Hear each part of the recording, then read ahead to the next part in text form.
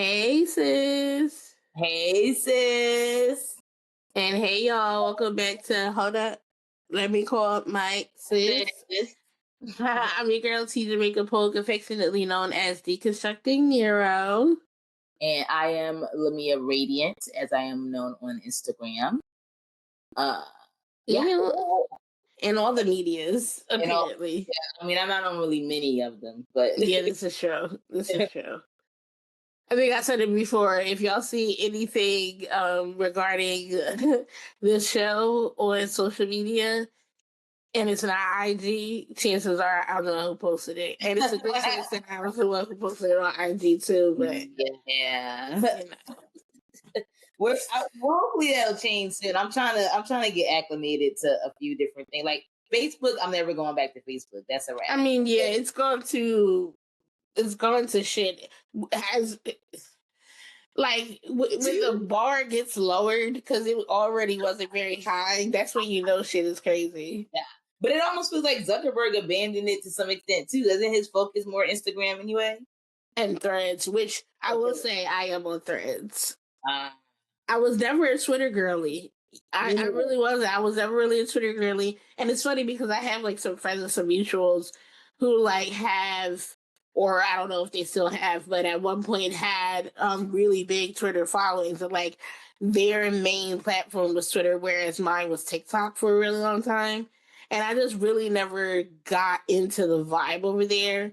Threads is the same concept where it's a thread of a bunch of just, short form text. Mm-hmm. And I actually like the vibe over there a lot better. It's a lot more curated for now. Right.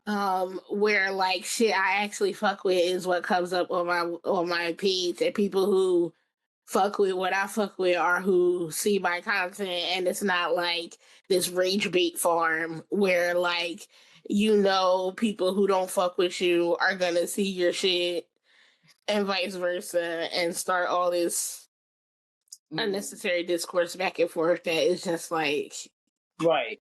Yeah. That's actually so funny. Like, you saw the new Superman, right? I just saw it, yeah. Yeah, so the scene where like Lex Luthor, spoiler alert for anybody listening to this, the new Superman. But this isn't really like a plot point. But like everybody knows Lex Luthor is the bad guy.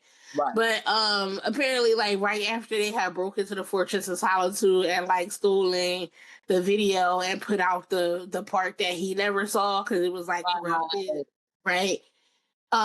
Then all of this propaganda was coming out talking mad shit about Superman, but what was it? It was a rage farm full of monkeys.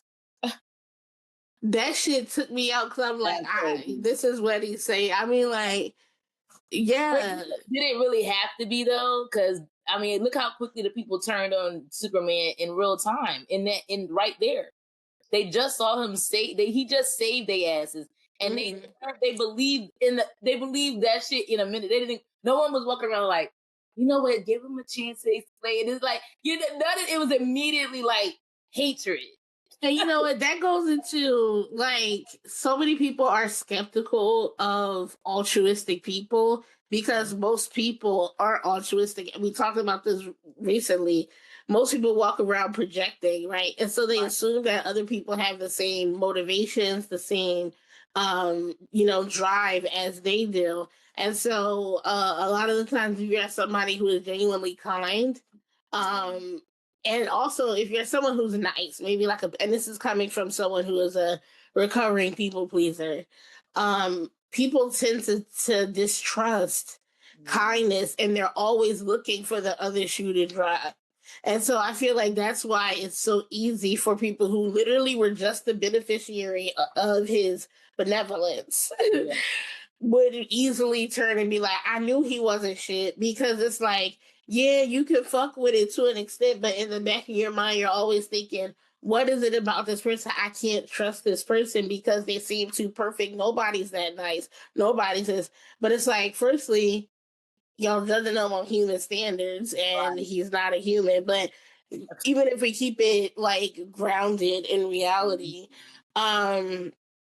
we're just different kind of human beings or whatever. Like, it's the assumption and the projection onto people that kind of keeps us from actually being able to connect, because it's like, oh, I made my assumption of you, you're in this box, and that's all we're going to interact as. We're going to interact through this lens of you are who I've labeled you as. And then when you don't fit in any of those boxes, it's like, let's knock them down a peg. Who the fuck do they think they are? Like, that's kind of what I love about media, being able to be allegories. I think we've talked about this before too. I don't know if it was during a recent episode or when we had our marathon phone conversation where you finally broke. Oh yes, everybody. The quick side note. Quick side note. Okay, this is like well, we haven't brought this up in the podcast yet. Yeah, you haven't. So I have been in competition with my sister's bestie since what, kindergarten or whatever. Because collectively, she and I have been on the phone much longer. As a like over time, our conversations definitely add up to longer. But in one full conversation, that heifer has beat my record. How long did she have the record? When was that? That was in 2020. It was either 2020 or 2021. I know it was still pandemic-y, and you know, because it was all on Skype. So like, yes, so it was also a video chat. But I have officially, okay, so her time was what? It was like 6 hours and 5 minutes. Crazy. Straight of a video chat, no breaks. Because that would be the problem too. Is like I might have gotten close, but I feel like we hung up or something in the middle of a conversation. I made it longer before, but we've had like interruptions or something. But right. Anyway, so finally I beat her in our prep combo for this episode. I was definitely flying a kite very high, very kind of kite. That kite went very high, and I think that might have contributed to the stamina. But then again, no, because when I'm flying a kite, I get tired. But we were getting tired to where they're in there, but we were like spitballing. We were like 30 more minutes we could be there. Exactly. I was like, oh, okay, yo, we good, we close, and we did. We wound up hanging on. Very proud of that. Actually, that'll be a YouTube exclusive. I'm gonna have some clips because we didn't record the whole thing. We recorded like the last hour and a half, where we were like the most like gone. Y'all would be in for a treat if y'all watch that one. You gotta head over to our YouTube. Go ahead and subscribe. That's a free but very important way that you can support your girls. Is engaging with that stuff over on YouTube, and we have 2 YouTube exclusive videos already, but now we're gonna have a couple more from our behind the scenes type shit. But why did I bring it up? Because I was like trying to remember, we were talking about something. Oh yeah, wait. Oh. Yeah. Okay, because I did interrupt that thought to bring up this point. My fault.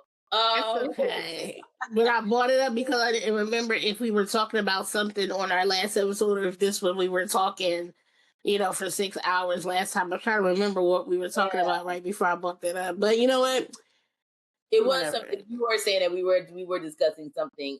You were trying to figure out if there was a topic we were talking about. You were like, was it in the last prep meeting or not? Okay. Yes, I realized that, but I don't remember what the topic was. That's the problem.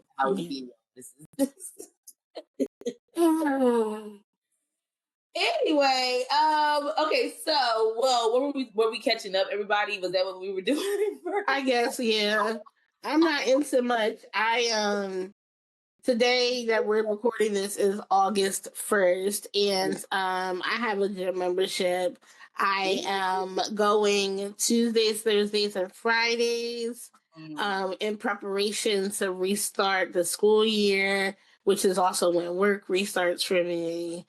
And yeah, I'm actually excited to like get my body moving again with purpose. And this gym has a pool.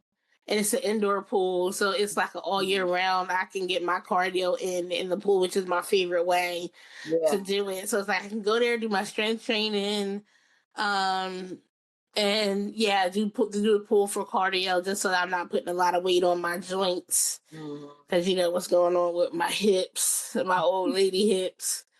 But yeah, I'm really excited. That's about the only thing, and just kind of like enjoying my last couple of weeks of freedom before I have to get back into the grind of waking up before the ass crack of dawn. And the crazy thing is like it's actually not that bad. Like it wasn't that bad. I would say like after daylight savings time, because by the time I would leave the house, it will already be light outside or getting light outside. Right. And like I was never working in the dark. And even though it would be hot as hell, like for some reason, like being on a hot bus where I gotta like open the windows and like turn the little mini fans on is so much better than getting out there when it's still dark and still cold and having to warm up. Oh yeah, if you haven't figured it out by now, I'm a school bus driver. I gave you all the clues. I Never actually said what I do. I'm a school bus driver. And the big bus. Yeah, I drive the big boy. Exactly. No, I drive the big boy. I whip the big boy around these streets. Um, but yeah, like getting out there in the wintertime is rough because it's cold as fuck. Yeah. It's dark. They don't have anybody that like starts the buses for you. Like that would be different. Like if I got on the lot and my bus was already warm, that would be lovely. But them shits take like 20 minutes to warm up because again, it's a big bus. Yeah, I mean everything has its pros and cons because like I am starting to realize, or maybe it's just changing, but I much rather the winter. I mean, I am in the South, but sometimes winter be wintering. Like we had a whole couple snow days down here, like real legit. What did y'all get? Like we got like a dusting? We got inches. We like I had to actually shovel it from my tires because I'll never forget I looked at this one news story where like the highway was basically gridlocked and all y'all had was like a dusting, and I was like, meanwhile, I'm over here in like thigh high boots just to be able to get out to the fucking car. Like, y'all gotta pull out with a work in school. They don't give a fuck. Period. Period. It's crazy. Yeah, I mean, it really did. It really did snow that one weekend. It was like a weekend too. Like I think it might have been on a Friday afternoon. It started, so they canceled for that day. But yeah. But then by the time it did melt pretty quickly, and I will say they've been better at like I guess salting the roads and stuff. Cause I remember going out like the next day, and the roads were pretty clear. So while I can vouch it was a legit snowstorm. I should know. And okay, it's northeastern approved, right? But they definitely did a better job at cleaning up afterwards. Yeah. I almost feel like clothes wise, it's just so much easier to think about what to throw on. Like I don't know what it is. Like I could just throw on a sweatsuit and it'd be like a cute little matching sweatsuit, a boot, and it's like. But when it's hot, I'm like, what is cute and also cool? Right. Like, it's just really hard. Yes. The options are dress, coochie cutter shorts, or like really that's it. Or like today I got on these like really loose linen pants. That's really the word. Yeah, exactly. It is. That's why I got them, because I wore these like a couple times on my trip, because it's like a lot of the times it's the sun hitting your skin too. Yep. That makes it the worst. And so having these like very loose khaki linen pants is like I get to actually stay a little bit cooler than if I was out here with my legs out. And also, I use baby oil, so I'll be a little bit frying in the sun. Like for real.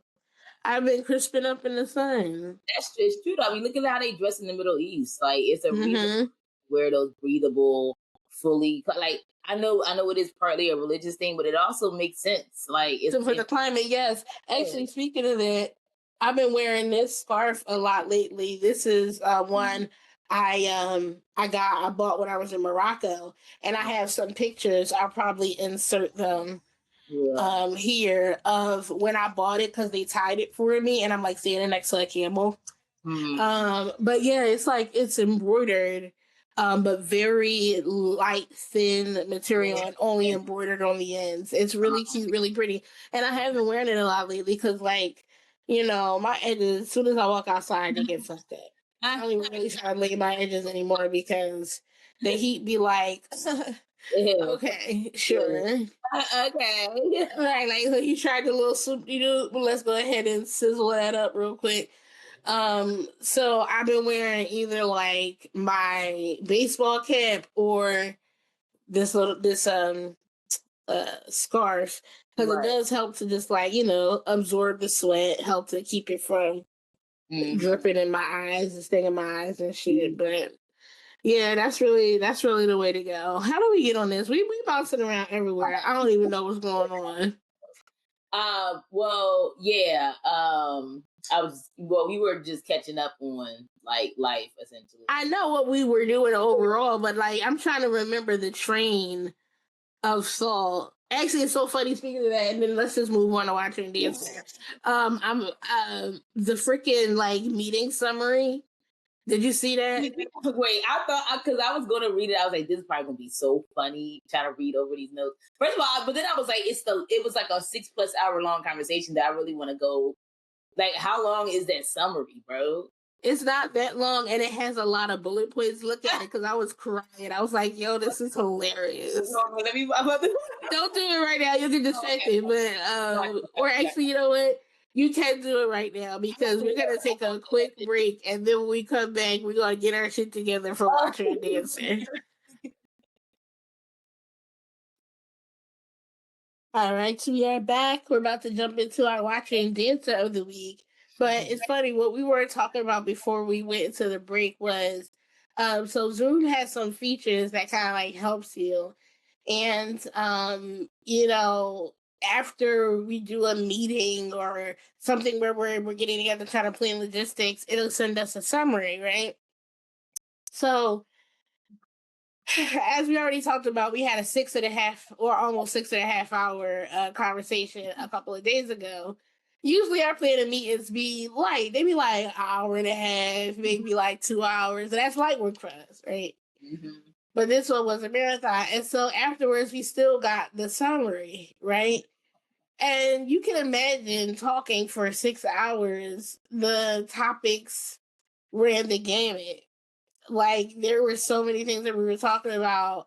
Like, at one point we moved from like what we were doing personally to like what we wanted to do professionally to what we were doing for the podcast to just like general things in general. And one of the oh god, one of the also y'all should know that well, my name comes up here, but I guess my actual you know what it was, because this is a different account that I'm using right now.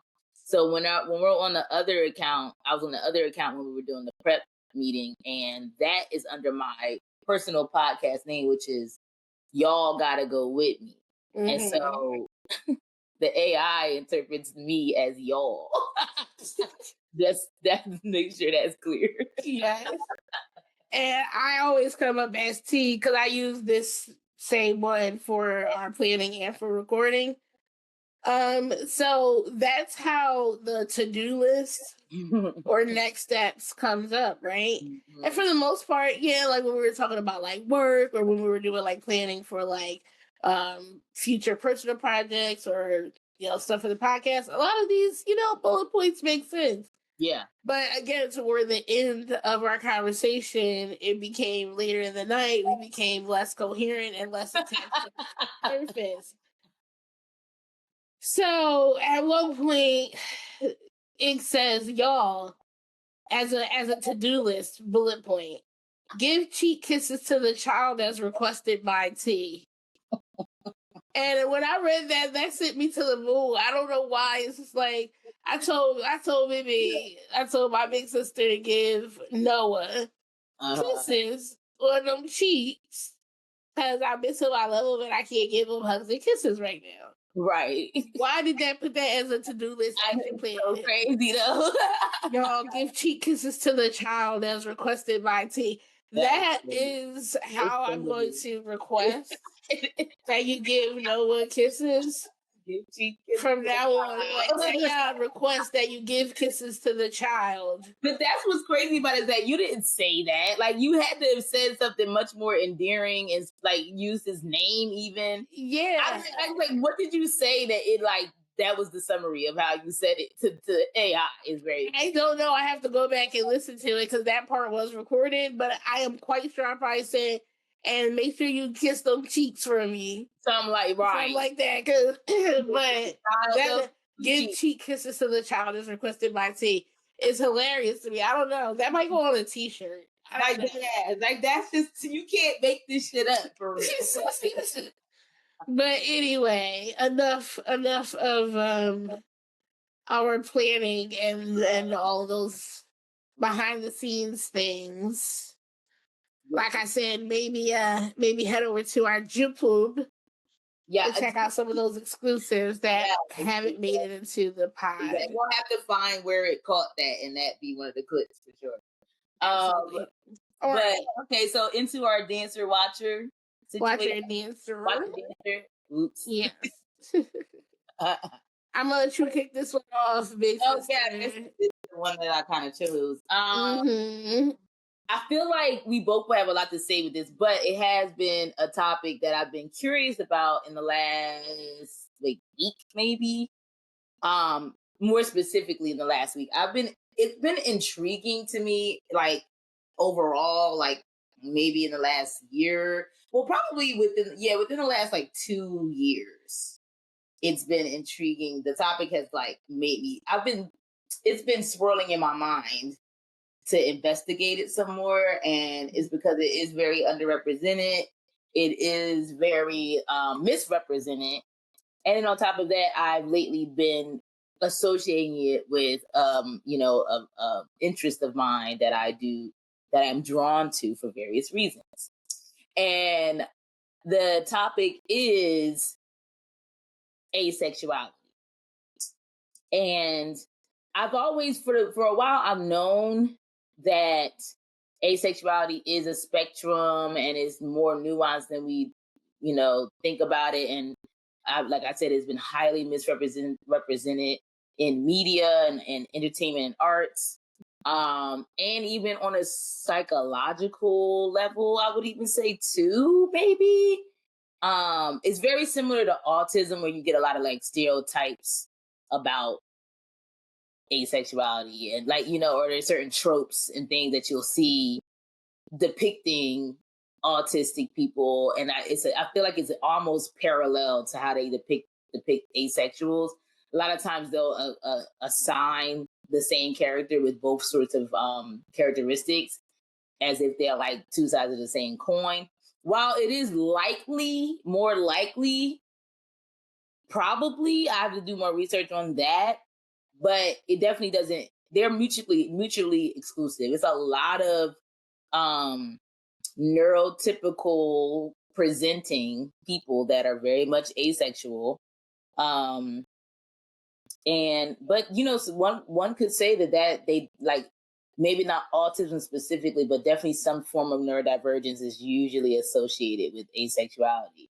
I was going to say, like, asexuality would fall under neurodivergence, because again, neurodivergence is an umbrella term. It's not a synonym for autism and ADHD. Right. And that is something that we're still fighting against, like the misunderstanding and the misrepresentation, because once that word and that term neurodivergent and neurotypical like entered the culture, it just like most psychological terms got watered down and misused. So again, if you are asexual, you would be considered someone who is neurodivergent because your the way you think, your neurology falls outside of what has been deemed to be normal or to be right, right, so yeah, not having a sexual attraction that is heterosexual and falls within the stereotypes for your gender. Um, right. I mean, but is homosexuality considered neurotypical?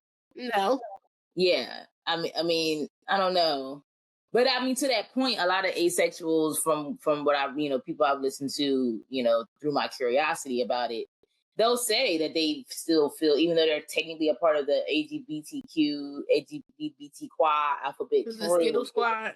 Skittles squad, Skittle they feel Squad. ostracized amongst homonormatives. I don't know if that's even a Heteronormative. no, like get the queers. Like they'd be Well, like, out of all of the queer representation, we still feel the least represented. Because they look at us funny, like, what you mean you don't want to fuck? yeah, exactly. Like again, because we put people in boxes. We treat them like they are monolithic, and the only people who get a carte blanche, which is funny because carte blanche, blank card, white card, are white men. Like the biggest.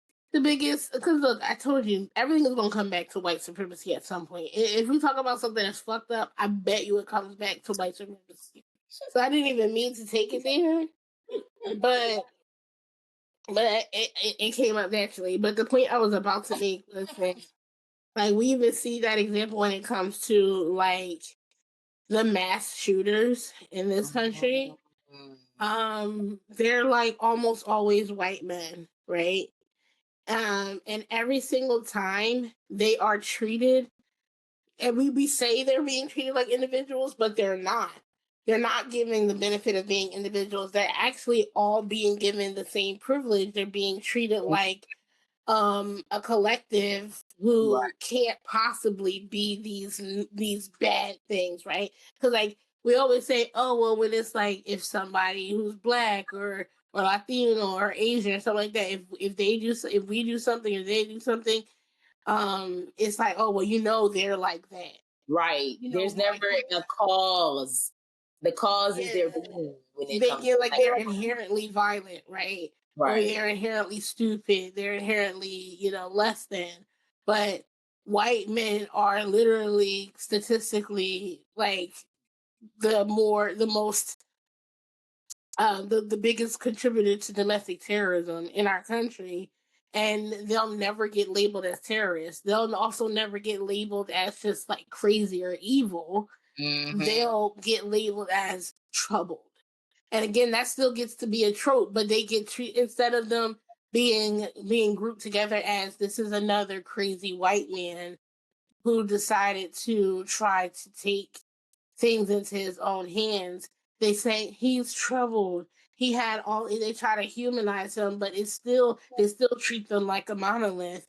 But it's a positive monolith. And then when they try to stray from that, when they try to stray and apply a different method to somebody because they want to use them as a martyr, or to demonize them, a la my baby daddy Luigi Mangione, that shit backfired on him because firstly, like he finds shit. Like you can't do that to somebody who looks as white as finds.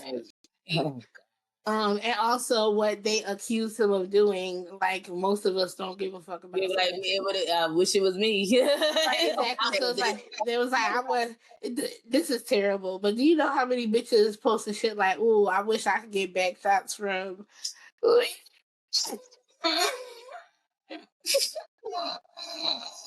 Man, y'all ain't shit for that, but also say, but no, but like, did they try to use their, they try to make him out to be this crazy person? It's like, no, you've already primed us to not be able to believe that white men can be like that, and then you add in the fact that he's attractive, and what he was accused of doing is something that most people don't have any sympathy for, no matter what side. Like, and that's why he just disappeared out of the news. Yeah, out of he was every. You ain't heard shit about that whole situation, right? Unless you still plugged in, you want updates on your baby daddy. You gotta stay tuned in to what's going on. Make sure they ain't slip him out to El Salvador or some shit when we wasn't looking. And what's to stop him, really? Right. Concentration camps. Who knows? Exactly. So that's why we don't take our foot off their necks when it comes to that. Yeah.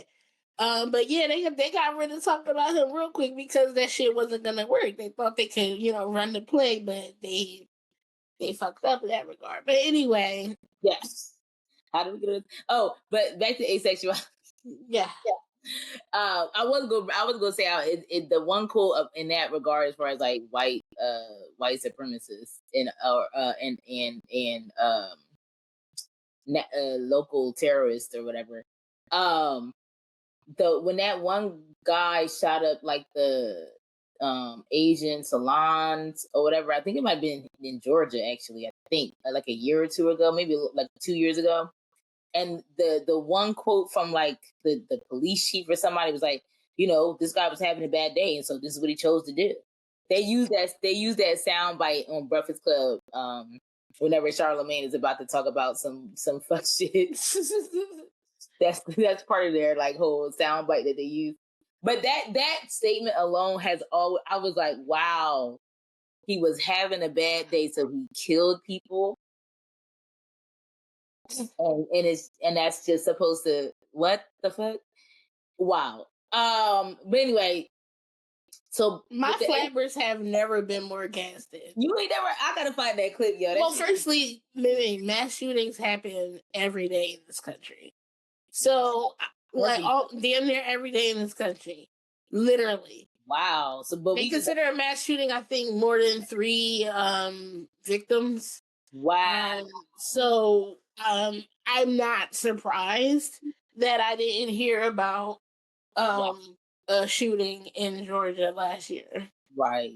Well, yeah, and that's why my ass don't like to go nowhere. I'm like, people would be like, "Oh, you want to go?" Like, especially nowhere like somewhat. I mean, I go places, but I usually find myself in more. I almost don't want to go somewhere that's like been really publicly advertised. It'll have a lot of people there. I mean, people get shot up at grocery stores, so it's no telling. But I don't know. It's just like being outside. I'm like, outside to me is somebody's house. That's enough. Yeah, thanks. Yeah, if I know you and I know you, I fuck with you, I'll go to your house, and that's about as outside as I'm gonna get. But with asexuality, I think what's interesting about it is, okay, so I've been listening to a lot of different people's perspectives that do identify that way, and a couple of them have been super duper helpful. I'm gonna shout out some of these YouTubers real fast. Okay, one that I just listened to, the YouTuber is named Rowan, Rowan, Ellis, Ellis. And the specific video that she has or they have is the problem with asexual representation. I have about 10 more minutes of that to listen to. It's like 40 minutes long.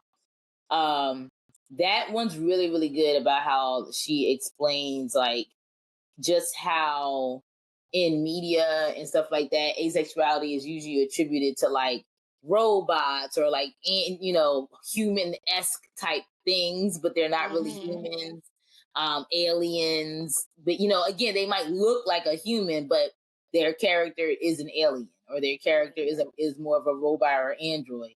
And they get, and so the idea of asexuality is also paired with this idea of non-feelings. Like you can't really be a human if you don't want to be having sex. Like, yeah. Or if there's asexual coding on a character, when the writers or whoever are pressured to make that character more likable, they usually get a love interest. And typically it's a heteronormative love interest too. That I don't know if that has changed more these days, but not really. I feel like I feel like people are more accepted for being gay in the real world, but like just like homosexuality is just now becoming more of a mainstream thing on media and in like art and stuff. Like you, what was we watching? The Four Seasons. That show it's like a show on Netflix with Tina Fey and I think not Idris Alba, but the other older black guy that everybody love now that's gay. Ooh, he playing Joe. I know we talk about Domingo. Coleman Domingo. Yeah. So he's in it, and he plays a gay guy is an interracial couple too. And so, and you watch that show, and it's just like him being in that coupling is like not a big deal, right? Mm-hmm. But there's this idea of like there's no real accurate, nuanced representation of asexuals being human. And actually, like the spectrum of like, yeah, maybe I don't want sex specifically, but there's a lot. And I mean, this point I'm about to make still kind of confuses me a little bit as to why even asexuality, if this stuff is included, is so ostracized and so much of an outlier. Because let's say you are someone who is really averse to the act of sex, right? Specifically that. You could still be romantically attracted to people, aesthetically attracted to people, platonically attracted. And I know people are like, what do you mean platonic? Like, but it is possible. I do wonder if like most people just make friends. They're not like drawn to someone and they're like, I want that I desire for that person to be my friend. Mm-hmm. And that being like a type of attraction versus like you just happen to meet somebody that you have something in common with and therefore you're friends. But I feel like, a lot of neurotypicals, we value our friendships a lot more than most because it's almost like a romantic partner to us. Like, it's almost like certain friendships are deeper than just like neurotypicals or neurodivergent. Divergence, I mean, like neurodivergence, yeah. that we value it more than the neurotypicals because like the way that they put so much weight on romantic sexual partners, like we're like, well, if I'm not really into the sex as much or sometimes even the romance, my highest form of desire might be platonic. And then, you know what I mean?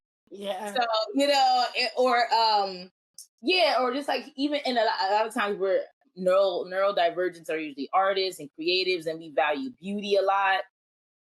So like aesthetic attraction is like could be a big deal. Like I don't know. I've been like kind of like tossing this whole thing up. I'm like, there's so much spectrum to asexuality that I'm almost like, one defining term is a demisexual and gray sexual, which those like I was like they seem similar. Like gray ace and demi. Yeah. So apparently demi is a little bit more closer to being completely asexual because their whole thing is like they feel absolutely no type of attraction unless there's a deep connection into a very deep bond there. Mm-hmm. Without the bond there, they feel nothing. Supposedly that's supposed to be the definition of demisexual. Right. Where like gray sexual is more defined by like they don't necessarily need a like deep connection, but they just like they're able to be sexually, which again is still weird. It's like so because there's also sensual attraction, meaning like you want the person to touch you, you want to touch that person, but you may not necessarily want the touch to go into a sexual act. Mm-hmm. And so there's that. So like a gray sexual can feel various forms of attraction, but the idea of actual sex is very, very far in between with them. And it doesn't need to necessarily have an emotional bond, but it's still far and in between that they get be attracted to someone. So I don't know. I like as I'm doing my research about it and then like going through my own personal trauma, and I'm just like, wow, when I think about how many, first of all, my body count is very low. I've discovered, and I used to think I was a hoe. I swore I was a hoe. I can count on 1.5 hands. and I know everyone's name. It's motherfuckers like that. I was talking to some friends of mine a couple years back, and we, at some point this always becomes a conversation. And I was like, everybody's like, "Well, what's your body count?" These bitches is up in the multiple tens. I was like, the fuck? It's just fucking like that. And people, I would say, I'm not slut shaming, but I kind of am. I am. I will admit, I'm a judgy bitch. I don't understand a lot of things, especially in a world full of diseases and unexpected pregnancy. And I'm just like, I don't get it. But I even wonder if there was no thing as STDs and like getting pregnant on accident, if I still would just be very selective. Like, it's just that is a big motivator, but it's not all of it, But like, I really I have a teeny tiny body count. I was very, very chaste for most of my life. And I'm going through a similar journey of like understanding or like thinking about asexuality, because I was like, I think I told you the story before, but for the listeners who may be new, when I went to college, I went away to college. I went to the middle of Illinois, and this was the first time that I spent significant extended amounts of time with other people my own age, because in high school I was very determined. Like I didn't really hang out. The first time I went to a party where they had like liquor, it was like already the second half of my senior year of high school. Like I wasn't out here. I didn't know what was going on. I had a very rude awakening. Like the night before I left for college, I was informed about a lot of shit that was going on in school that like I just couldn't fathom. Right? People actually like fucking in our tiny ass school. I'm like, God damn, like what? In the drama room or the dance room, changing closet, or right back. Yeah, like apparently I was told by somebody that things happen in like the dance closet in high school. Yeah, that's what I'm saying. Yeah. Right. Musty as hell. But anyway. Musty. No, it was just musty. But anyway, I say all this to say I get to college, and now I'm living amongst, people between the ages of 18 and like 22. And it seemed like everybody was fucking. That's all everybody was doing was fucking. And I was just flabbergasted, because it was like I know obviously that sex is a thing. I'm not stupid. I'm not stupid. But I just never really thought about it. Like even all throughout high school, like it just was like something I was just like, yeah, I had crushes here and there. Yeah. But like I just didn't really like care. Like it wasn't like I was averse to it, but it also wasn't like a driving force. I was more motivated by like I actually like learning. I want to go to college. I'm excited to learn these things and like, do X, Y, and Z. But it took me until I was in my 30s to like legitimately, and I also understand that I'm autistic and have ADHD, because there's a lot of that comorbidity between like, a lot of neurospicy people have multiple neurodivergencies. And so not only am I autistic, have ADHD, CPTSD, anxiety, but I'm part of the Skittle squad, the lettuce, guac, bacon, and tomato squad. Not just for my sexual orientation, but like I don't think that asexuality is a gender. It's not a gender. No, it's a sexuality. So yeah, for my sexual orientation. Yeah, because I find myself to be demisexual. Yeah, because I was like I don't care. Like you can be pretty, like I can see that you look hot, right? But like I don't feel anything like for you until I get to know you and feel like there's actually like a connection. I have to agree that like I don't know. I'm still trying to figure out. I feel like I'm somewhere between Demi and Gray, because while I one night stands or like fucking somebody I met is still definitely a no-go. Like I don't care how hot I think you are, like that's weird to me. I might make out. My first kiss was with somebody I don't know their name to this day. But but that's really it. Like if it tries to go beyond that, I'm like, yeah, no. But plenty of people fuck somebody they just met, and that shit is incredibly wild to me. Like, I never understood how that was so normalized, but then you have people that are considered to have like be like sex addicts. And I'm just like, in my mind, I'm like, what's the difference? Like, what's the difference a sex addict and somebody who just meets somebody and fuck them? That to me is Well, I would say maybe the frequency in which it happens. maybe. Because, I know somebody who literally like fucked like it was like 9 or 10 different girls each day in a row. It was like 9 and 9. I think it was 9, like 9 different girls in 9 days.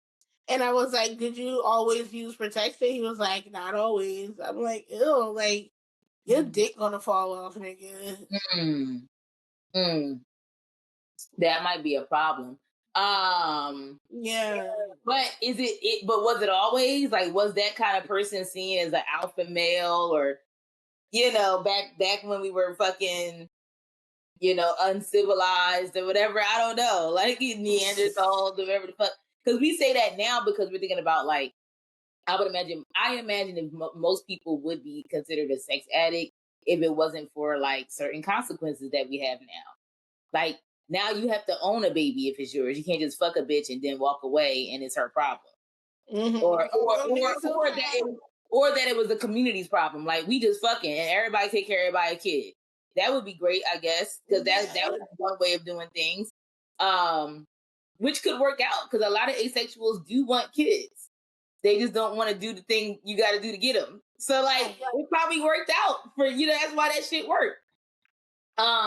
But nowadays, that's not how it works now. So it's like, now you're a sex addict if you actually like do the things that people really want to do. So you're a sex addict if you don't have the not filter, but like if you can't now the standard is, we all think that way, but our society is set up differently, and so if you don't have impulse control, then it's a problem. Right. But really, everybody. Or if you're not playing within a role. So if you are, say for instance, if you are fat, you are expected to not even be having sex. Actually, a lot of people expect us to be asexual because they assume you can't like your body, or if you're considered undesirable, then you don't desire or desire to be desired. Exactly. And then it fucks them up when they realize that some of the niggas that they want really want to be increases. They like increases. It's true though. That's I'm sure if you go to like these Pornhub, like that's why there's so many different types of like videos and like, right. There niggas in that, and niggas is gender specific. Be into a lot of things. It's like, whatever is considered a body can be on a body, can be desired. Period. Point blank. Like, but that's the thing. It's like people just like and it goes back to my whole thing. It's like everything that gets pathologized and demonized is usually a projection of the shame of the predominant culture. So like if you are shaming people for being too sexual, but then you're shaming people for not being quote unquote sexual enough, but then you're also on the other end shaming people who are comfortable in their sexuality. There's no shame in them, because what you were getting at earlier, I feel like, is driven by shame, where it's like impulse control for a lot of people is shame control. Now, disclaimer, we're not talking about pedophiles. We're not talking about them, or even bestiality. Those to me are sicknesses, because these are not people or living beings that can or should consent to. Right. So we're not talking about that. We're talking about consensual shit with animals. Right. Although I am in the space of like, we should really like give those people treatment, but like the way we demonize that is very interesting to me, because I'm like, everything's about sex for everybody, but I just need us to understand that how people's sexual attraction to me can be a picture into something else. Like sex to me is not just sex. Oh So yeah. if people do have those sorts of like not great attractions, like let's understand where that's coming from. Like let's help them. Some of them want to. Excuse me. It's always important to understand the why behind the what. And when we don't do that, that when we just always demonize what happened, or we are reactive to what's happening and we don't understand why, then people are less inclined. And again, it goes back to what you were talking about before when it came to the guy who understood that he was narcissistic, and so he started doing research, and all he saw was how much narcissists are, like, terrible. They're manipulators, are the worst people you're ever going to encounter. Well, yeah, that's how we talk about pedophiles. And granted, again, people have been harmed because of them. Absolutely. And if you're acting on it, then trash, garbage. Right, exactly. Like, we're never going to. Like there are some people that have the urge to, that's the sexual urge. That's the only way they can get off. If they act on it, put them in jail. But it's one of those things where, like, a lot of times we might be able to prevent the act if they can talk about it. Yes. You know what I mean? If they can, like, get to someone and be like, I don't know why I'm feeling like this. What the fuck is going on? We might actually be helping people not get assaulted. Yeah. Intervene. I agree. But that would require us having a system where we cared about wellness. We don't. Not in this country. We don't care about wellness. And that could be a whole other category and a whole other topic, because I can feel myself. That's a deep one. I'm already feeling record that one. It's too touchy. People ain't ready. But either way, like, that would require us to live in a kind of society where they gave a fuck about reformation, but then, right, and not punitive measures only. Yeah, exactly. Because I agree. If there was a way to address these things and remove the shame and the fear and the guilt, and just address it as a thing, like, for the most part, even thoughts are neutral. Your actions behind those thoughts are what makes, and then the repercussions of those actions are what ultimately deems them good or bad, right? Yeah. So yes, it's hard to get people to understand that when you say something like, well, someone who has a animal fetish or necrophilia. Actually, necrophilia just came to mind because I'm rewatching that show Medium that came like years ago. I love Medium. That was good. With Exactly. Arnett, right? Yeah, Arquette. Yeah, exactly. I'm only on episode 2 again because I'm rewatching it with Travis Views. Oh yeah. He started watching. I was like, oh, I ain't seen this show in a minute. Good show. But that episode I just watched, like, the killer was like a necrophiliac. What's that? Fucking dead bodies. Yeah, right. You know, like why the fuck would you want to do that? Exactly. So nothing biologically about that makes sense. If sex is so primal and is mostly about about reproduction, nothing about that that's a fucked up individual. Like, exactly. I'm sorry. So I brought that up as an example because it's like, if somebody is like that, yes, I do feel like they need to be in some way removed from the general population while they're getting treatment. Right. And that treatment should be centered on understanding why they are that way, as opposed to punishing them for being that way. Because all that's going to do is reactivate and validate the shame and the fear and the guilt that they already feel for having these unnatural kind of urges and never really figuring out why. Yeah. And just doing that. So that's a really extreme example, but it falls under kind of like that same category of demonization or whatnot. Because I think people, if they could talk more freely about certain things, and there wasn't like this automatic, like, oh no, we just gotta attack you. A lot more people would be willing to be open about how they feel about certain things. And what's crazy is that now, not so much the necrophilia, but just like there are certain forms of sexuality that we demonize, where it's like this counter thing where we've made other forms of sexuality that really should be demonized very normal. Like the way that men are very misogynistic and just objectify women. How is that, like, outside of the woman's body still having, warm, hot blood running through her veins?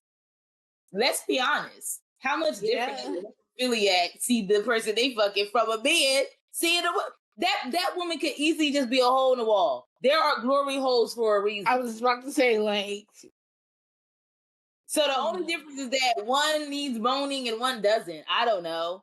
Like, cause like, you know what I'm saying? And not even moaning. Like, I know for a fact that some guys can do what they need to do and you not reacting at all. Yeah.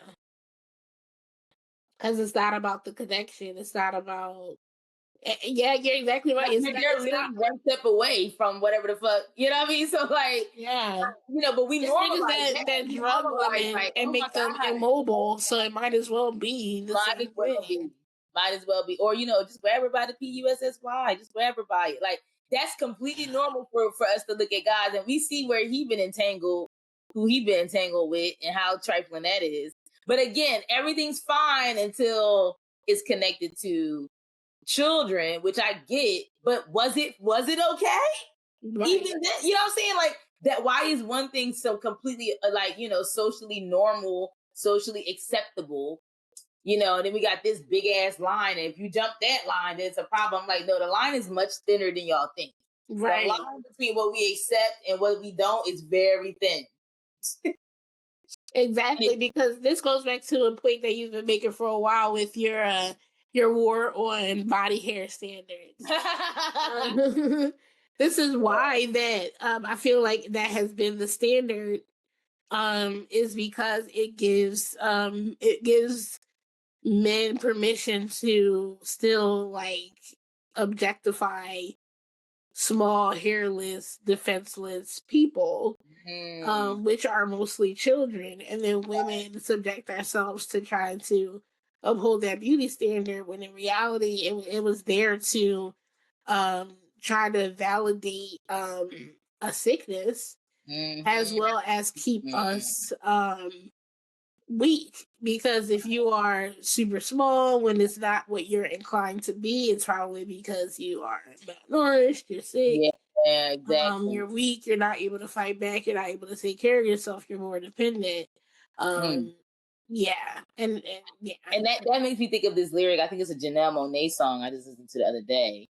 Where she goes, sex, gosh, I forget the exact lyric, but it's something on the line of sex is power and power is sex, something like that. Like, basically, it's basically what we're saying. Like, a lot of times we need, what we're really examining when we're looking at people's sexual dispositions a lot of the time, particularly if it crosses a boundary of consent, is about power. You know what I mean? If you're finding yourself sexually drawn to either people or scenarios that do not allow for consent, it's a power. Sex is not about sex; it's about power. So you might be thinking about. Let us Google it real quick. Okay. It says it seems you're referencing a quote often attributed to Oscar Wilde. Everything in the world is about sex except sex. Sex is about power. That's exactly what she said. Everything is about sex except sex is about power. That's the exact lyric she had. Yeah. Yeah. So that's an Oscar Wilde quote. Yeah. Yeah.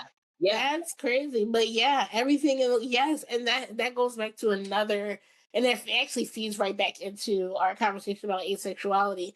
This standard, this assumption that people have that we're all driven by a desire for sex, which clouds how people communicate, right? And if you are somebody who is asexual, and then also are somebody who and I speak from a first person experience a lot, but say you're autistic, right? And so social cues aren't really your thing. And you are a kind of literal person. So if someone is being kind to you, you're going to return that kindness because you're not thinking that they're doing it because they want something. And this has led to many different scenarios where people thought that I was flirting with them, thought that I liked them, and I didn't like them in that kind of way. I just was kind because that's my natural disposition. And I realized you were mirroring that back to me, thinking that, oh, she's flirting with me, so I'm flirting with her, and we're doing X, Y, and Z. And it's like, actually, we're not. We're not playing the same game. Like, we're not. We're not. I don't like you like that, broski. So, yeah, because everything is in the world is about sex except sex. Sex is about power. It dead ass is, bro. It dead ass is. Like, yeah. So, and it's weird because there was another girl I came across that I like. She has this one video where it says, "Am I demisexual or do I just have standards?" is the name of the actual bars. Right. Because that's what I was like, that sounds familiar to me. Let me listen to this. And she was kind of like going into her personal thing. And one of the things that she said, though, I should find her. One of the things that she says is that she's like, she started questioning whether she was asexual in more recent years because she's been more in love with herself. Like, the more she liked herself, the less she felt the need to have sex. And I was like, I absolutely it's 3 years now. 3. And like, anybody who is allosexual by any degree or has at least lived a somewhat like a normative life in that regard, 3 years is a long ass time. Yeah. Because so let me see. I lost my virginity at 17, but even that, 17, almost 18, which is still kind of young. I mean, still kind of old for some people. I knew bitches in middle school fucking, and I was like, the hell? What? That was always odd to me.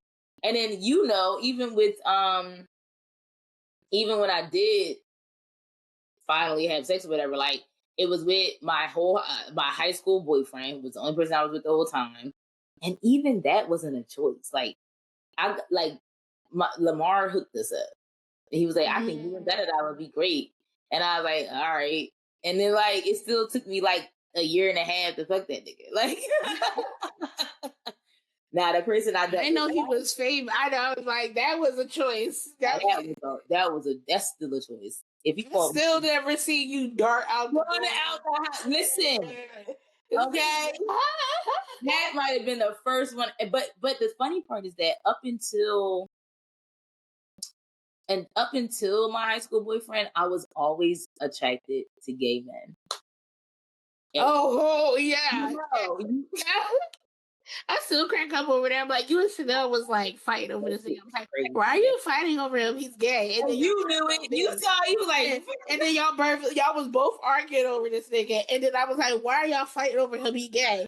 And I became the joint target of makeup artist, honey, to this day. Exactly. I'm saying, I'm still a fag hag now. I almost know, like, if I'm attracted to somebody, I'm like, that nigga probably gay or queer in some way, which I'm fine with queer. If they're attracted to women and me as a woman, how I present as a woman, even better. But yeah, typically I'm a whole fag hag. It's crazy. Yeah. But yeah, so up until my high school boyfriend, I'm like into gay guys all the time. And then my high school boyfriend really wasn't a choice. So I almost feel like if it was a choice, I probably wouldn't have lost my virginity until college when I started dealing with that person. And then I will say that my ex-husband was a choice. Also not the most, at that time, not the most masculine presenting person either. Let's be honest. Yeah. He was still a virgin in his like late teens, early 20s. You know what I'm saying? So there was certain energy about him that gave very, almost pliable. Like, yeah, pliable is a good word. Cartoon character, like, Oh my God. I would say, because like he was into magic and like, yo-yos and fucking like. He was a dweeb. Oh, he was kind of theater geek kind of dude, which that's my type. That is my type. When we were together, he was like, he got a job where he had he was in like children's theater and like, I remember that. Yeah. He was very much in that like very corny, geeky energy. And I'm like, that's my shit. So now I don't know what the fuck. I don't know what character he done made up now. That shit is whack. Right. It's very much, I'll say what I was thinking offline. Yeah, it just feels very inauthentic, which I know it is. But yeah, he had to get like an accessory to match whatever he's trying to do. Anyway, now while I'm taking a sip of water, bitch, I'm on the show. Not an accessory to match. That is actually hilarious. But the more he's gotten comfortable in that personality type, like let's be honest. I really have to give myself some credit. If he was the way he is now when I met him, it would have never been a thing. Like he was more genuinely whoever he is supposed to be then. Right. Something happened. It probably started to fester right around when we first broke up the first time. There was something in him not feeling validated enough. Right? So it was starting to spawn.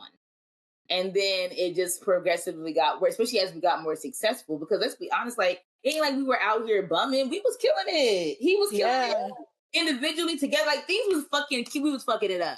And it was giving Huxtables. It was giving, we was on a trajectory, right? Yeah. And I always felt like, why is it every time things are starting to settle and get good, motherfuckers want to, like, either fuck it up and create chaos or, like, up and leave. You know what I mean? Like, I'm like, we could have stayed up there. Whatever. That's a whole story. But, yeah, so even he was very much, like, not a macho kind of, he's still not in my opinion, but he didn't get that energy really at all then. So that was probably the second actual choice I made. And I don't know, maybe there might have been maybe one other one, because even the one guy I was dealing with, that it ended up being great, like sexually, but that was more of a mental bald. Yeah. Okay. The ball. But he was a fuck nigga. He was trash. Yeah. He was a whole narcissist. So horrible. And he had the nerve to be a Scorpio too. Like, oh God, y'all, Scorpio men. And the crazy part was that I've been going through seasons now of I'll be attracted to just a certain sign. So okay. When I was dealing with the Scorpio dude, that still was like 2 years after my divorce. I didn't start messing with him until about 2 years after being done with this guy. Not the divorce was in 2018, but we were split up since like 2016. And I didn't start dealing with this guy until maybe like late 2017. So like a year and a half, which again, by most very like normally sexually active people, it's like, I'll ask people like, what's the longest you've gone? It'd be like 3 months. So I'll be like, months? Years. And I know talking to you is probably like, bitch, what you talking about? But once it's a really... no, if you said it's been 3 years, you're like, whoa. It's been a little time for blah. Real? No, you're right. Yeah, you're right. You're right. I'm still with my little dry spell, back on the dry business, but I'm like, I'm someone who had a whole baby, so like I'll be fucking, you know what I mean? But like, yeah, so it was like a year and a half, almost 2 years between my marriage of 7 years, being with one person, never cheated, even emotionally, nothing.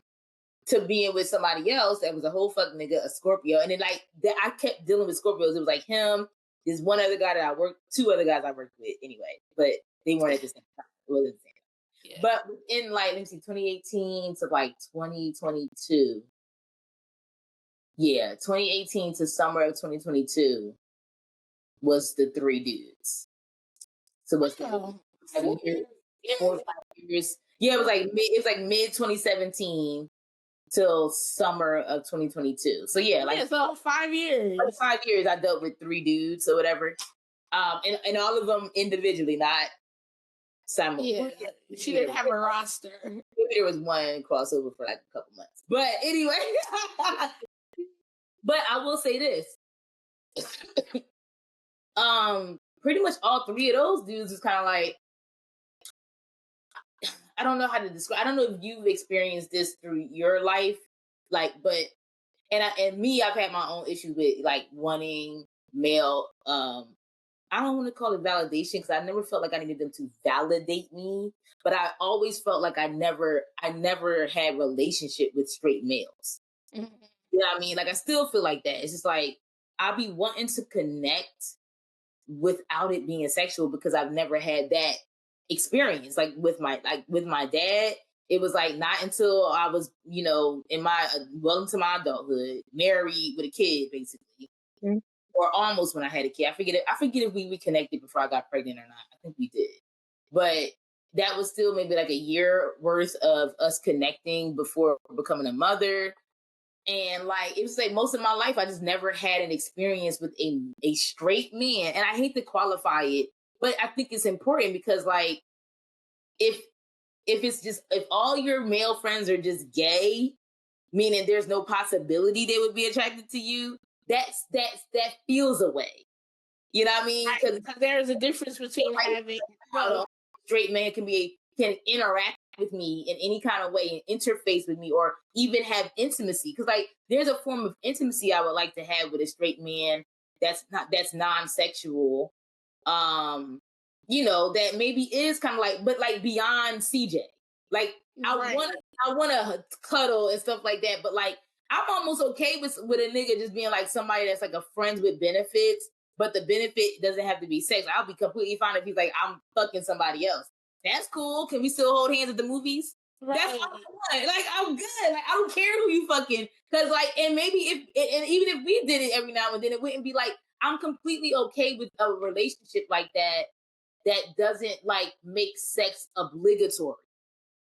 That's what I always felt with men is that like, okay, if Mhm. I want to have the friendship or the whatever dynamic out of this, if I want to get what I want, then I have to kind of give them what I think they want. And Mhm. I haven't always been sure if I made that assumption or not. If they really wanted it, it's like there's never really a discussion. It's almost like when you're in this heteronormative thing, there's like assumptions are being made. Yeah, like guys and girls can't be friends unless one of them is gay or something like that. That like honestly, like that's how a lot of people think, and that's really fucked up. But when you were saying that, I felt like it's not. It actually isn't only just like when it's guys and girls. I feel like Mm. when intimacy is introduced, Hmm. that a lot of times people conflate the feeling of intimacy, like, oh, I feel close to you, so I must want to fuck you. Right. And something that I realized, like the reason why I reacted so viscerally when I realized that there was like a couple people, there was one person in particular who like tried to like, I think I told you the story about when I went to that Halloween party and I realized like, this man, you gotta get me alone on the hammock, like, this is ridiculous. But the reason why I acted so viscerally to realizing that this person like was trying to fuck me is I'm like, we are friends. Like, and Mhm. that's it. I've only ever seen you as a friend. I don't. It actually makes me frustrated that you want like something out of me that Right. I've never offered, and Yeah. that like I don't know. It is always so retarded. It's like, and now it's like hard for me to be around you Mhm. because it's like I'm always thinking like, do you actually want to be in my presence, or are you now here waiting around seeing if you're gonna wear me down? And Mm. I'm like, why couldn't we just stay friends? Why couldn't why does it, or why do you ghost me once I make it clear that all I want is to be It's friends? Like, friendship. oh, so clearly you didn't want to be my friend because like I'm keeping it friendly, and now you are dipping because you realize that no, I wasn't flirting with you. I'm like being open and honest because that's how I like to be. That's how I have to be. It's Mhm. easier for me to be that way. And I find that that's a good way to get to know people. But when you have this assumption of sexuality, the way that like we've been conditioned to believe it is, people take your kindness as flirtation or manipulation, Mhm. and it actually becomes really lonely because you're like, am I making this connection with this person because we're vibrating on the same wavelength and we're like, homie material? Or Yeah. is this person mirroring me because they want to find a way to, get in there? And I more times than not, I've been finding that it's been the latter, and it's really yeah. fucking lonely. I'm like, you know, like I said, I'm a fat bitch, but I'm adorable, and my energy is out here.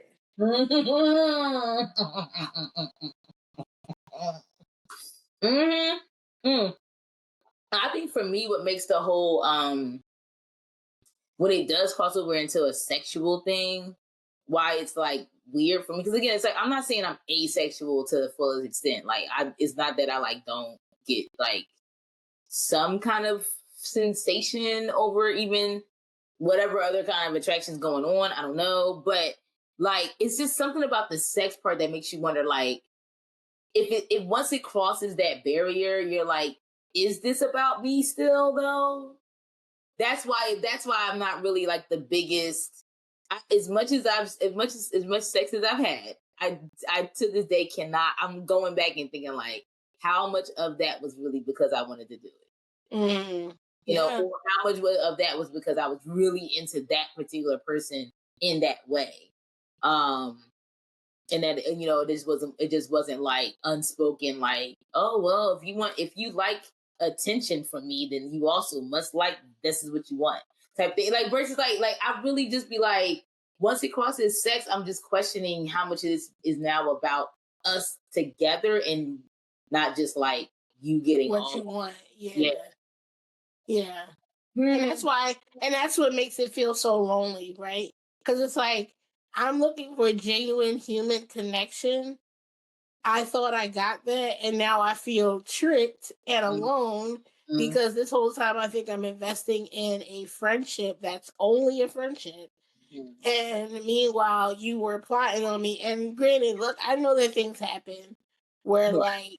like, you know, sometimes you both go in as friends, but over time you become attracted to someone, blah blah blah. Right. Because that is part of asexuality. A lot of times there are people like, I'm Like not Demi, until I really want. It exactly. does morph into like, wow, I'm so attracted to who you actually are that now I feel the desire, which I can relate to that. Hmm. So I mean, to your point, I don't know, was the friendship thing one of those things, but it just wasn't mutual. It just wasn't mutual. What do you mean? Meaning, like that other person, y'all were so close friends that they maybe their type of sexuality was like, I'm attracted to you now sexually because I Oh, we were close, but we weren't besties. Like they were part of a friend group, got you. but they weren't even like my tightest friend in that friend group. Okay, interesting. Yeah. Like, Okay. and so we would hang out most of the time with the group, but sometimes we hung out like one on one because like everybody, we grown as women, and actually I was the youngest of all of them. So of the friend group that I think you know what I'm talking about in Philly. Mhm. I was the youngest out of all of them, so we really all grown women with Mm. jobs and lives and shit like that. So like sometimes we all couldn't meet up, and but we like would sometimes like have one on one or two, you know, two three of us get together and it would be all of us. So yeah, there were plenty of times where we just hung out and it was just us. But Mhm. again, I literally never, it never even like crossed my mind as an idea. And that's why it also took me a minute for me to realize that, like, oh, she thought this whole thing was a date, maybe even. Mm. And I'm like, this whole time, I'm just thinking I'm catching the a World Series game because this is a couple years ago when the Phillies was in the World Series. Mm. And I texted the group. I was like, anybody free to want to meet up at like you know a local sports bar, see the Phillies Mhm. game? And like three of them was like, yeah, no, we either gotta work or I'm not gonna be until that. But the one girl was like, yeah, and it was a really cute. It's a really cute sports bar like that we like in Manayunk, kind of like area that's not too far from where she lives. So she's like, we can just go there. I was like, okay, true. Mm. But then I get a text while I'm there from the girl from the group that I was the tightest with, the one I used to live with. Mhm. Mhm. And she was like, okay, actually, some plans changed, and there's this really dope house party. And so she Right. sent me instructions that I was going to go meet her. And then that's when this girl was like, oh, why don't I just come with you? I was like, okay, sure. And again, I'm thinking, you know her too. We're all friends. So, like, it shouldn't be Right. a problem for you to come with us. When we get there, we beat the one who actually invited us there because she always showed up late. And this Which was person is always not funny. black, just FYI for everyone. Exactly. It's so funny because, like, yes, she always was on more CP time than me. It's white, which was always funny. I was like, this bitch is not gonna get her on time. It's so funny. That's funny. But anyway, so we beat her there, and we didn't know anybody else there. So we're just like kind of chilling, whatever, and we're dancing because it's good music. It was a nice ass house party. Mm-hmm. And then at some point she was like, "Oh yeah, we can go over here." And then it wasn't until we got to where I realized she was leaving. I thought she was leading me out of where a bunch of people were. She didn't want to be near the crowd or something. I didn't know because again, my mind is not making assumptions while things are happening. But we get to the little it's like a little shed thing, and there's a hammock, and she's like, "Don't you want to come over?" And so I was like. And then it took that long for it to click, and I was like, actually, I kind of want to be where the people are. I was like, actually, I kind of want to be where the people are. And I saw how offended she was. She was like, okay. I'm like, because this whole time you thought that we was kikiing, because we was at the bar drinking, watching the Phillies game, talking. Now we're at this, house party. But I'm like, the whole time we had two totally different interpretations of what was going on.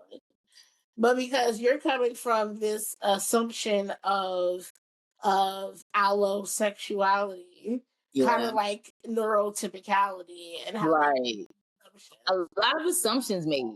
Yeah, But it's almost like this is why I get that they operate this way, because they created the system, like they created the kind of entertainment that we consume. And so is it really an assumption, or is it like they're operating within the system they created? This is how it's the same thing, actually. Going back to we were talking about escaping the matrix or whatever, and I think this was actually in our planning thing. I don't think this is from an episode. But how, the metaphor of escaping the matrix for escaping the simulation that is life, and not in a literal term. I don't think that we're plugged in and being used as literal human batteries, but I do think that that is an allegory for what's going on. It's the system is set up to benefit these machines, and the machines use us. Machines being the people who are the most detached from reality, sociopathic, psychopathic, multi-billionaires who don't give a fuck about the world. Right. They are using humans as batteries because they are literally fueling their systems with our labor, and they're stealing our the profits of our labor and whatnot. So we talk about waking up from the matrix. We talk about unplugging from this pre-programmed, prescribed way of thinking things are supposed to be. But most people are still plugged in. Most people don't realize that they don't understand why they're doing what they're doing. They think a lot of the time they think they're making a conscious decision, but a lot of times they're not. They've been conditioned to make these certain assumptions, make these certain moves, and then when they encounter people who don't, they get demonized and pathologized, and they become the problem, as opposed to us understanding that they illuminate what the actual problem is. And most people, if they're honest, if they really listen to their bodies, they're ignoring their nature to not be that way. I really think most people, as much as it's a system that's been thriving, has it really? You know what I mean? A lot of it is holes are being poked out of it left and right. As time progresses, there's so many holes we're seeing in it. And I feel like it's because more and more people are uncomfortable, going against what they feel on a cellular level, Yeah. People getting unplugged and reconnecting to reality. Yeah. I actually have to go pick up Noah, so I don't know if we can jump back. Because he ain't want to leave when I was trying to pick him up at 6:15. That little biscuit. That's fine. This is a perfect place for us to take a break. Yeah. We have a joint tasting and loving. So yeah, that'll be new and different, and I'm actually kind of excited to get into it because this is something I love to hate on. So this would be a good one, and this could end up being a whole other extra hour of conversation. So yeah, go get my biscuit and we'll be back. I tell him he gotta make a guest appearance when he comes back because you think so? Oh, you're gonna keep this? Yeah. Look, Fine. I'm gonna make biscuit say hi on camera, and that's his. Oh well, that's the episode name anyway, so we should probably show people. Give cheek kisses to the child that T requested. The child that T is requesting cheek kisses to give it to. This is the child. Okay, let me go scoop him and I'll be back. Give me like 9:15. I don't have anywhere to stop. I just gotta go pick him up. All right, you good. All right, see you in a little bit. And we are back on a completely different day. Big sister, do you want to explain why we are here on a completely different day? Do I wanna? No, but yes. No, it is totally my fault. So sis probably cut it out of the of this episode. But when we finished our last segment, I actually had to run and pick up my son from one of his homies' houses. You know, vanilla homie, but homie nonetheless. And child, when I go to these people's houses and they are, you know, pretty like high middle class families, and I get over there, normally it's just them, their kids, and then like Noah will be there. But it was a bunch of people over there. So I just like, oh, it's a party. I didn't realize there was a whole social gathering going on. So me being the fire sign that I am is a little bit irresistible. I mean, I am somewhat social in that way. Like, if I know people, then I'm kind of like, what's up? Like, no, I don't like clubs or anything. But if it's someone's house, I'm probably going to want to get comfortable. So, and then the real like what was the icing on the cake was the mom of my son's friend was like, would you like any wine? And it was a wrap. So. Yeah. I gave up hope after a while that she was gonna, you know. And at 8 o'clock, I'm like, tell you when I put the cup in my head, I was like, I should probably just text her now. But I was like, no, maybe I'll just take this and be out. No, so that's when I ended up texting you. What, like 90 minutes later? Yeah, exactly. And at that point, I had legit. I forget what I was watching, but I just started watching something because I was like, yeah, I'm gonna be going to bed soon. Like, oh my God, so sorry. But yeah, that explains why we are doing the second half the next day. So, and Biscuit still has to pay his toll. Oh my God, he definitely does, though. Should I go grab him? I mean, he could, or maybe at the end. Maybe at the end. You know what he did? Like that we just finished. I forget if you watched it too. The Residents. Did you watch that? What's that on? Netflix. Yo. Okay. Get into the chick that played Crazy Eyes on Orange is the New Black. Oh, who's gonna do a Dubo? Yeah, she's the lead. It's very much given like Clue, and what's another like good Clue, Murder Mystery, Who Done It? Done It, but then she's very much like very monk energy, like very autistic for a Black woman kind of thing. Autistic for a Black woman? What do you mean? Well, right. Well, let's put it this way. She's just acting like how we all really act, for real. Got you. So she's not masking. She's not masking her neurodivergence at all. She's very nerdy. So like I guess even like she doesn't fit the Black woman trope of being like all attitude. Like she's not acting like that. She's not a stereotype. But she acts like a lot of the Black women you know.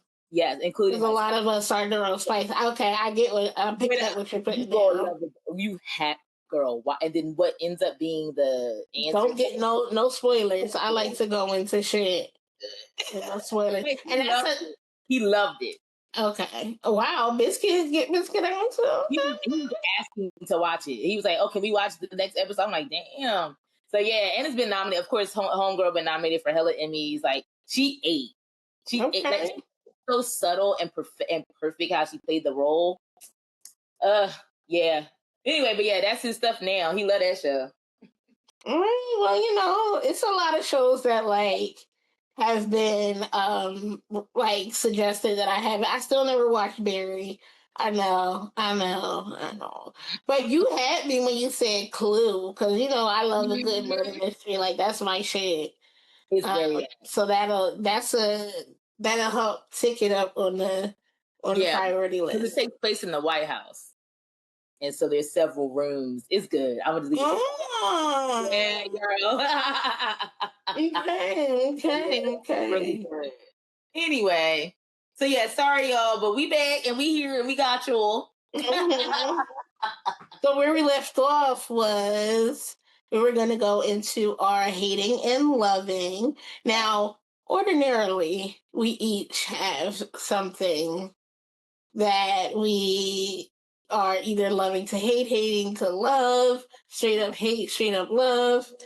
But today our sisterly bond has joined forces for us to jointly hate and love to hate how European food, in particular, French and Italian cuisine, are constantly upheld as like the height of culinary excellence, when in reality they are very mid.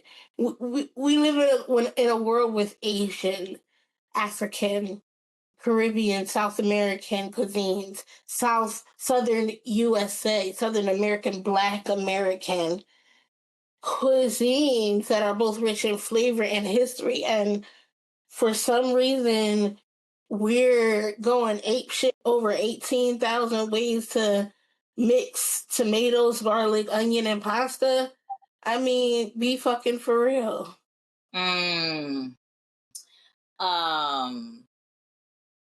Yeah, I don't, and I keep trying to find an answer to how they've gotten that, I guess that, not position in the world, but how reputation. That reputation, yeah, that's the word I'm looking for. Have gotten that reputation, and the AI has an interesting overview of this question. So the way I worded it was, how European cuisine has been upheld over other, or I guess I should say why. But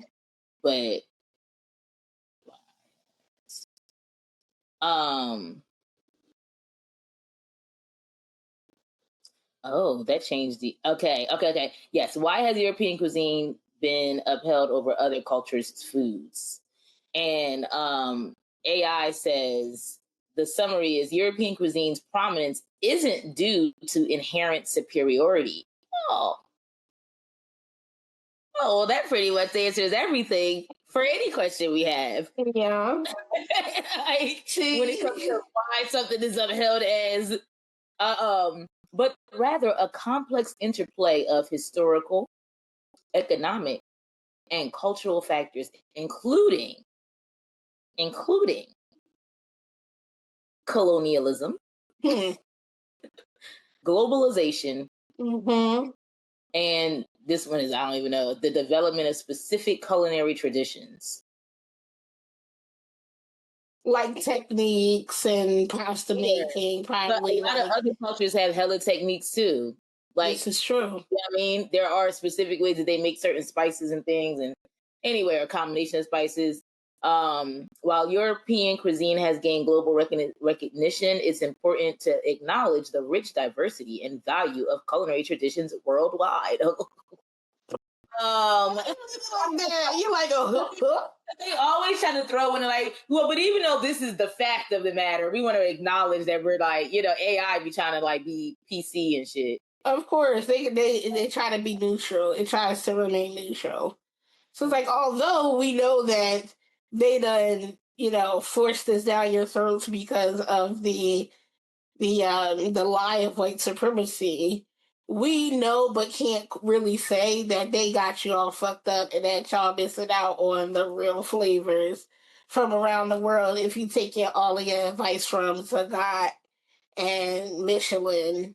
Cause like you ever seen these videos of these influencers or whatever who go to these like Michelin star restaurants, Mm-hmm. and it's the most disrespectful experiences you've ever seen.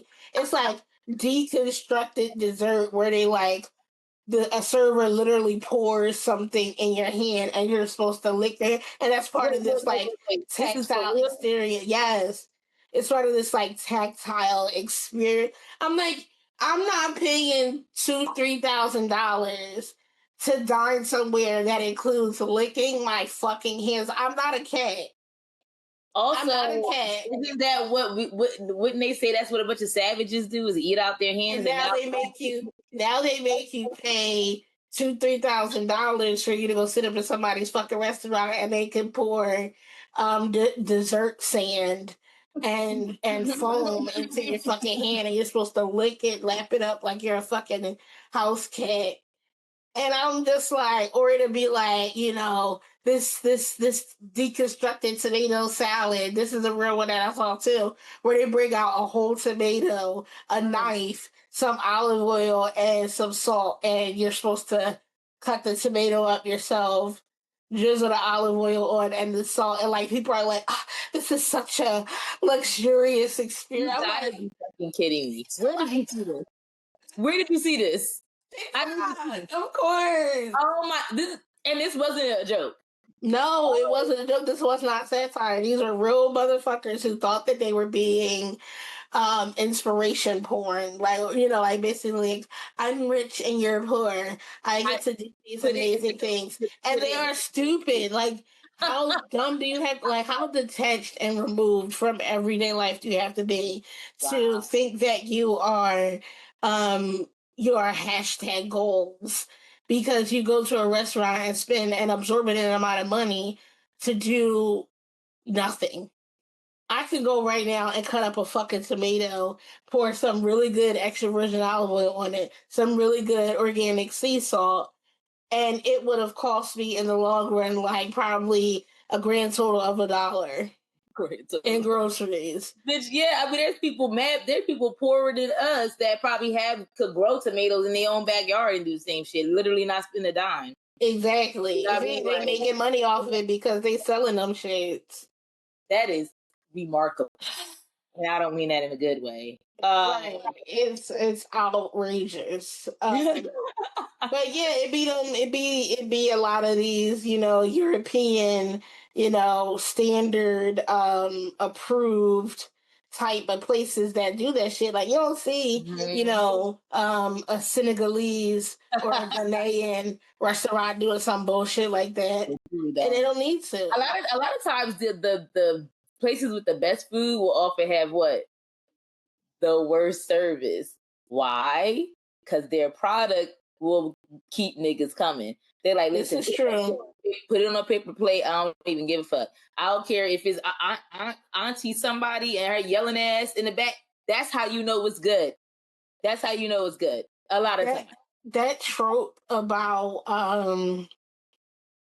or that stereotype about Jamaican restaurants having like terrible service, they're not lying. Like some of the best Jamaican restaurants I've ever been to, like it's this one that we go to that I turned Mommy and CJ on to. Now they be like, damn T, we hate you for this. Because like they serve big ass portions, and their prices are really good, and the food is really good too. Like literally some of the best mac and cheese I've ever had. That's coming from a bitch that makes amazing mac and cheese. I fucks with their mac and cheese, and their oxtail is. But anyway, right, when you go in there, them bitches is not friendly. They're not mean, but they're not smiling at you. They're not making small talk with you. Linen cloths, all of that. Now it's clean in there. It's not janky. Like I've never eaten there, but like I always go in and pick up, take out whatnot. But you can eat there. Like it's set up where you could, dine there or whatnot. Mm-hmm. But yeah, these bitches are not putting on no fake hospitality. They're not rude by any means. They're very direct. They're like, yeah, hello, what you want? This is what you want. They gotta ask you any qualifying questions. They ask it, and then boom, this is how much it costs. Don't small talk, and this is probably why I fuck with it. It's an Right. experience that I appreciate. I want to go in, order my shit, pay for it, and leave. In between there, we don't have to sit here and pretend like we want to talk. Like, and then you get a platter of some of the best fucking food you're ever gonna have. And like I said, it's big ass portions. I'm talking about like a lot of the times one platter will get you 2 meals. Mm. They don't be stingy at all. The oxtail be everything. Their jerk Yeah. chicken is really good too. I'm gonna have to take you there when you're up here next time. You said it's near your house? It's near your house? It's in Camden. Camden. All right. All right. Yeah, so it's not too far, but it's not like around the corner or anything. Right. Yeah, man. Yeah. But it's funny because like you know, growing up, like we weren't super duper exposed like in real life to a lot of different cultures. True. Like we knew about it because of like media and stuff like that, but like where we grew up, it was basically like it was black people, it was Latinos, mostly Mexican, I mean mostly Puerto Rican and Dominican. Couple right. of Couple Mexicans. Yeah, I know more Mexicans down here. Yeah, in the South, of course. Up in our area, it's gonna be usually like Puerto Ricans or Dominicans. And then really the only real interaction with like Asians we had was at the Chinese food store or at the nail salon. Right? Beauty supply sometimes too. Or yeah, beauty supply. Right. So it wasn't until we like grew up, moved out of Camden, started to travel, interact with people from around the world, that like it opened our minds and expanded our palates too. Because I think when I think about growing up, we used to think going to Red Lobster was fancy. Right. You know, like, and we had never been to like Olive Garden, and you know, like shit like that seemed like really exciting. And that's no shade to people who still fuck. Yeah, they're still in business for a reason. Those are franchises at the end of the day, and I guess they're not fast food, but they still are chain restaurants. Right. So much, yeah, exactly. Like nowadays, like I don't know if you could pay me to eat at a chain restaurant, and if it is, it's got to be something like Eddie V's, because Eddie V's is like technically, it's a franchise because it's more than one location. Okay, but that it would have to be something like that. Oh, bitch, we love Eddie V's. I'll tell you more about that later. But we took Daddy there. Daddy and Latoya, we got them to celebrate their birthday together because it's a week apart, and she was turning 40. Because you're going to turn 40 this year too.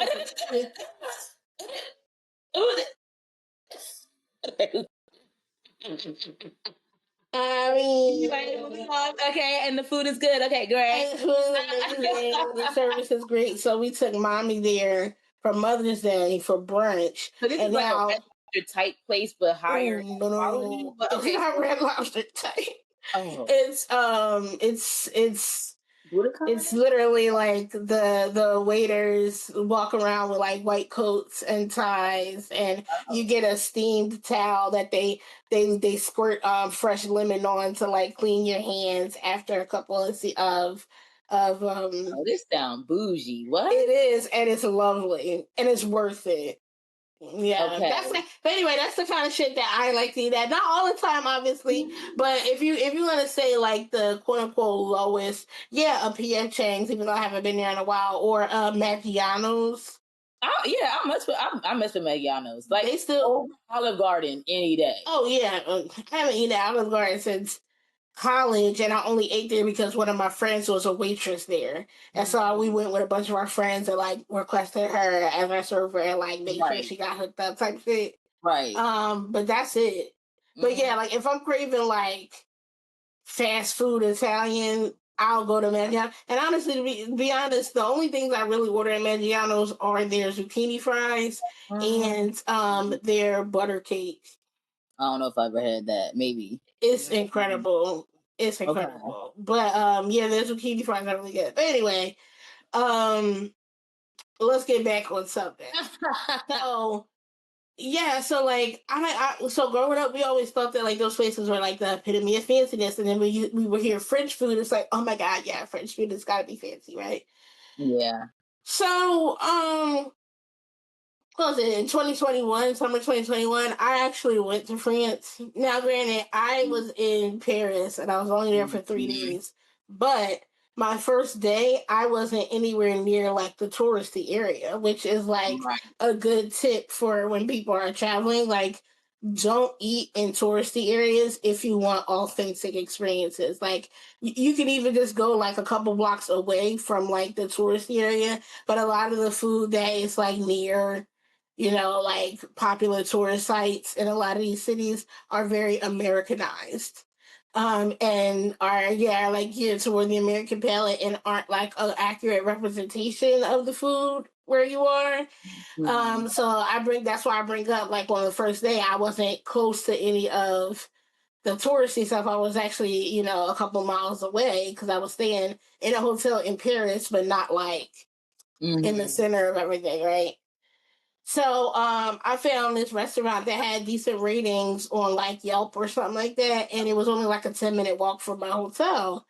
So I decided to go there, and I ordered a charcuterie board, right, to start Okay. things off, right? Because I fucks with charcuterie Same. heavy. I make really great charcuterie boards.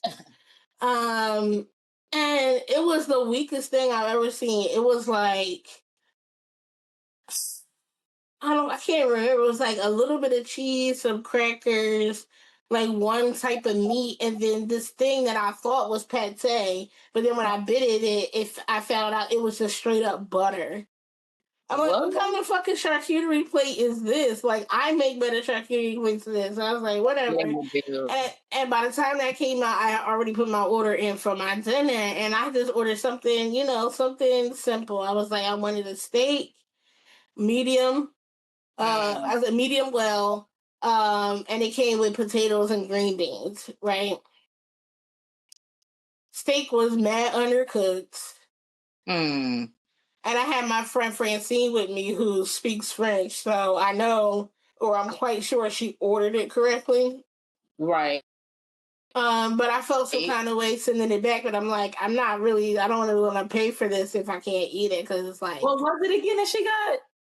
she ordered it for me, but it was a medium steak with green beans and or medium well steak with green beans and potatoes. So they brought it out, and the steak was like mad rare. You clarified that she said medium well. Yeah, exactly. I told her I was like, I wanted medium well. She was like, yeah, I told them moyen bien or something like that. I'm like, okay, Okay. well, this is very rare.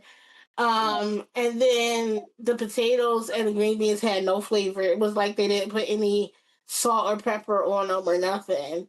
And I was just like really thrown off. Like that fucked me up. I was like, wow, Like okay, so this. Yeah. this is my introduction to like a highly rated little French bistro that's not Wow. near a touristy area. This isn't looking good. So Mm. the next day I did go to the touristy area. The next day I did go to the Champs Elysees, and I had lunch at this like Oriental, like Asian type, Mhm. place right on Champs Elysees, and it was cute. It was overpriced. It was alright, but it Mm. also wasn't French food. It was like sashimi and Mhm. like Mhm. a sushi roll and like an Aperol spritz or some shit like that. Mm. Um, yeah, and then like I walked, I did a little bit of shopping, and the best thing I had that whole day was when I stopped and got a pastry. I was like, Mm. "Ooh, this is good." It was some kind of like tart custard tart or Right. something like that. I was like, "Ooh, okay, this is giving." And then later that night, the best food I had the entire time I was in Paris was because me and my friend and her fiance they took me out to a African Ooh. restaurant in Yeah. Paris called L'Aphrodisiac, Yeah. Yeah. and the food was flavorful, The meat was It's like, where y'all get seasoned. these? Y'all must get these flown in because no one else here uses this. Right, exactly. These spices must come straight from the motherland because these Wow. other motherfuckers don't know not that goddamn thing. But no, like it was crazy. Like the food was so good, the atmosphere was so great. These women, they were beautiful. They didn't speak a lick of English, so they like try. I wanted to speak to them like a little bit better, but it was like going through my friends to translate, and I was just like, oh, I'm happy to be here. Love meeting other Black people from the diaspora. This is beautiful. Right. And then yeah, like the next day, I think I like went and got like a burger or something like that close to my hotel. But like yeah, like that shit just was like I was not at all like blown away. And then it made me want to look more into like French cuisine. And I'm like, a lot of their cuisine is like the basis of it that makes it, that in my opinion that like makes it seem like it's as great is because they are excellent when it comes to pastries and sauces. Now I will say some of the best pastries I ever had in my life I got from this bakery that was around the corner from my hotel in Paris. So like to this day, even though I was just telling you I went to a bakery in Mexico that was like a French inspired bakery that really had the look and their pastries were really good too. It still didn't hit quite like them little strawberry tarts I had in Paris. Some shit stayed with me. But yeah, most of the time people like when they think of French food, they're like, oh my god, yes, the pastries, the desserts, and the food that is like accompanied by a sauce. Yeah. I think they do really good sauces and stuff like that. And then like their meats that get stewed and sauces like coq au vin, which is like, chicken that's cooked in like a red wine sauce. And, those dishes can be pretty good, but still not beautiful. yeah, they're flavorful. They develop a depth of flavor with the flavor profile in like the sauces and the technique that they use, like sous vide. A lot of their techniques are like have become important to cuisine, but the cuisine itself, I feel like, is so overhyped when it exists in the same world as Indian food and Thai food and Vietnamese food and Jamaican food and Moroccan food, Middle Eastern food. Like, I mean, when you talk, I mean, and that's just France. Like Italy, I didn't even touch on Italy because I feel like at least France gives more of a contribution. The way I see Italy is 1,000 ways to use tomatoes, onion, garlic, basil, and pasta. Like, yes, they do really great pasta dishes. I'm not gonna lie. And the best pizza I ever had was a Neapolitan style pizza in Italy. But overall, like, where's the complexity? Yeah. Like, even when I go to like, or I see like people like, yeah, this is my nonna's recipe, and they like brag on it, and like people brag on it, and then I try it, and I'm just like, so this is good, but it's not giving anything special. Like, actually, I don't think I told you this. I used to work with this guy who, before I left, he left the company and he was starting his own restaurant. And so I wanted to support him, and it was like handmade fresh pasta and homemade sauces, and he did like different kinds or whatever. And so I really fuck with carbonara. So when he had a pasta and carbonara like deal, I ordered that, right? And so it was pretty cool. It got delivered straight to my door. I didn't have to go pick it up. Everything was fresh, like made fresh and delivered fresh. And so I cook it up, and I'm like, this is really good. Actually, no, it wasn't carbonara. It was it was alla vodka sauce with like I actually do like vodka sauce. It's delicious, right? With chunks of like prosciutto in it. Ooh. Or was it guanciale? One of them two. Probably guanciale because this nigga is like really Italian. But what was I saying? But yeah, like, so I boiled the pasta because the pasta came like freshly rolled, like it wasn't cooked already. And there is a difference. It definitely is. Yeah. And it was really delicious. Like some of the best, if not the best, vodka pasta I've ever had. And Okay. even with that being said, it still wasn't like the Yeah. most amazing thing I've had And it's not that in the complex. world. I know exactly what you put in this. Like, it's not like I'm more curious about what seasonings you used, or Right. Although, yeah, to your point, like freshly made pasta is the deal. Mm-hmm. We'll say that. Like, yeah, so there are some fancier Italian spots that I prefer to go to, because you can tell that they hand make everything. Like, that's the key to Italian cuisine to me, is that it has to be handmade, otherwise it's kind Yeah. of really. Um, Absolutely. But even with that being said, like I've tasted some people, they're like, yeah, my nona's, you know, meatballs and gravy, which is I yeah, guess what they call red sauce. My nona's meatballs and gravy is so iconic. And then you try it and it's like the flattest tomato sauce. Like you're like, where's the garlic? Where's the salt? Like this is what you call the height of like nothing warms my heart like my nona's, lasagna that tastes like nothing. well, that again is why they have to, create these idealistic view of their cuisine, because it by itself is not that good. Like, let's be honest, there's a certain very popular English chef we've I've partaken at least twice. Let's say his name, big. I don't want to get nobody in trouble, but I think people can put it together. I've eaten at his establishments twice, and yes, granted, it wasn't he himself making the dishes, but every time I've gone, I wasn't like, the food wasn't bad. It was definitely good, but like, It never gave. Oh, I, I gotta come back. I gotta come back. I would that sticky toffee pudding though. now that pudding was pretty good. I feel like there was something else that was pretty good. But again, it just wasn't like, again, and it's not even just like a price thing. Like, let's say the same food was reasonably priced where I can like go once a week. I still wouldn't. There are other places that I would go. Like, I right now have been obsessed with for a while it was pho and Vietnamese food, and now it's Mm-hmm. ramen. I've been really like addicted to ramen.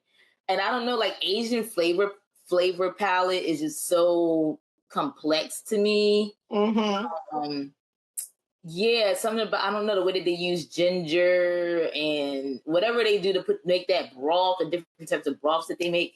I'm like, yeah, I mean, you can have complex techniques all you want, fancy sauces and all of that, but at the end of the day, if it doesn't really touch my soul, like, it should touch your Exactly. soul. Yeah, because it's like you're talking about like yeah, there's some French sauces or even some Italian sauces that they have these, like an Italian ragu that's like made with like lamb and then they stew the lamb for a really long time and Mhm. there's That's, some, but how about when it comes to making like tonkatsu ramen, which is the pork bone broth ramen, where there's like a whole technique where you gotta like you boil the pork bones and then you gotta like do all this stuff to make sure the broth runs clear. They do that with pho too. yeah, Whatever bones they're using, like it's a multiple hour process, multiple step right. process. They build this depth of flavor. They use you know, herbs. Like one thing I think about is I fucks with Thai food a lot, like especially their soups. Um Tom Kagai with Mhm. like lemongrass and coconut milk. Oh wow! See how Oh, even thinking about putting those two things together is like, what? But exactly. yeah, I'm curious to know what that would taste like. Yeah, I mean, again, it's not. I guess the love hate of it all is like, you're not trying to like bring down. I guess we kind of are, because we're not saying that.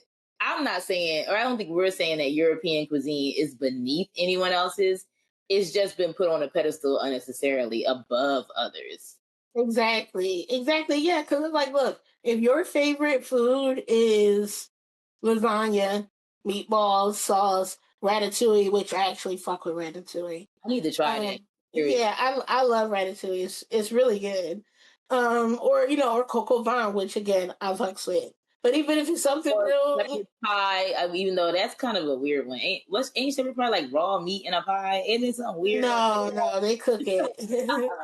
And that's also like I think that's like British. You know, shepherd's pie ain't bad. It's like ground beef and it's topped with mashed potatoes.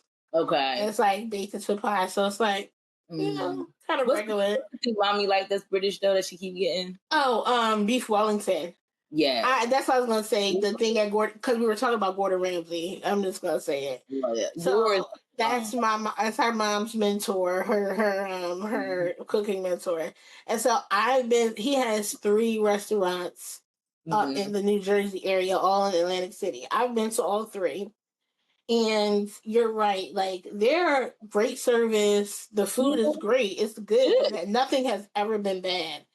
But I haven't found it to be like mind blowing. Like I think about it all the time. Like there's certain things where like I think about all the time. Like I told you about this place in Madrid called Rosie La Loca. When I went to Madrid for the first time back in 2021, and I had their croquetas. And that was the first time I ever had croquetas. And so the rest of the time I'm in Spain, every time I order them, I'm like, nothing is comparing to it. And I had been thinking about them for a couple of years by the time I was able to go back to Madrid. And I made sure while I was there, I went to Rosemary Loca. I'm like, these are literally just as fucking good as I remember them. These are the best croquetas. I don't give a fuck. You know, and I keep thinking about them, or like the ooh, these motherfucking cheese rolls with like a homemade honey and tomato chutney that I had at this hotel I stayed at in Athens. Oh wow! See that? That Greece, would that be considered like Mediterranean food? Yeah. I mess with it. And they say that's one of the healthiest diets you can have too. I fucks with Mediterranean food. Like I had great culinary experiences in Greece. Like I just said, I just had a food gasm over those fucking cheese rolls. They were so good. They were so good, so addictive. But even down to basic shit, like I remember the first hotel I stayed at in Thessaloniki, breakfast was included and it was like buffet style. But it's not a continental breakfast like the way we think of breakfast. It was a legitimate fucking buffet with like fresh sliced fruit, fresh Greek yogurt, and theirs is like already unsweetened. It's like this plain Greek yogurt, but they'll have like these little pots of honey, and then fresh fruit and granola, and you can like make your own like parfait, which is basically what I did. Then they would have like eggs and bacon and sausage and all that shit included. Orange juice, coffee, and it was like I was like, damn, I did not have to spend any money for breakfast the whole time I was in Thessaloniki. Because I just made sure I got my ass up, went downstairs, and breakfast too. Yeah, exactly. But the basic stuff they do extra well, and then like I said, almost every night I ate dinner at the restaurant on top of my hotel when I was in Athens. I only went out to dinner once because there was like a fine dining restaurant on the top floor of my hotel with a fucking view of the Acropolis.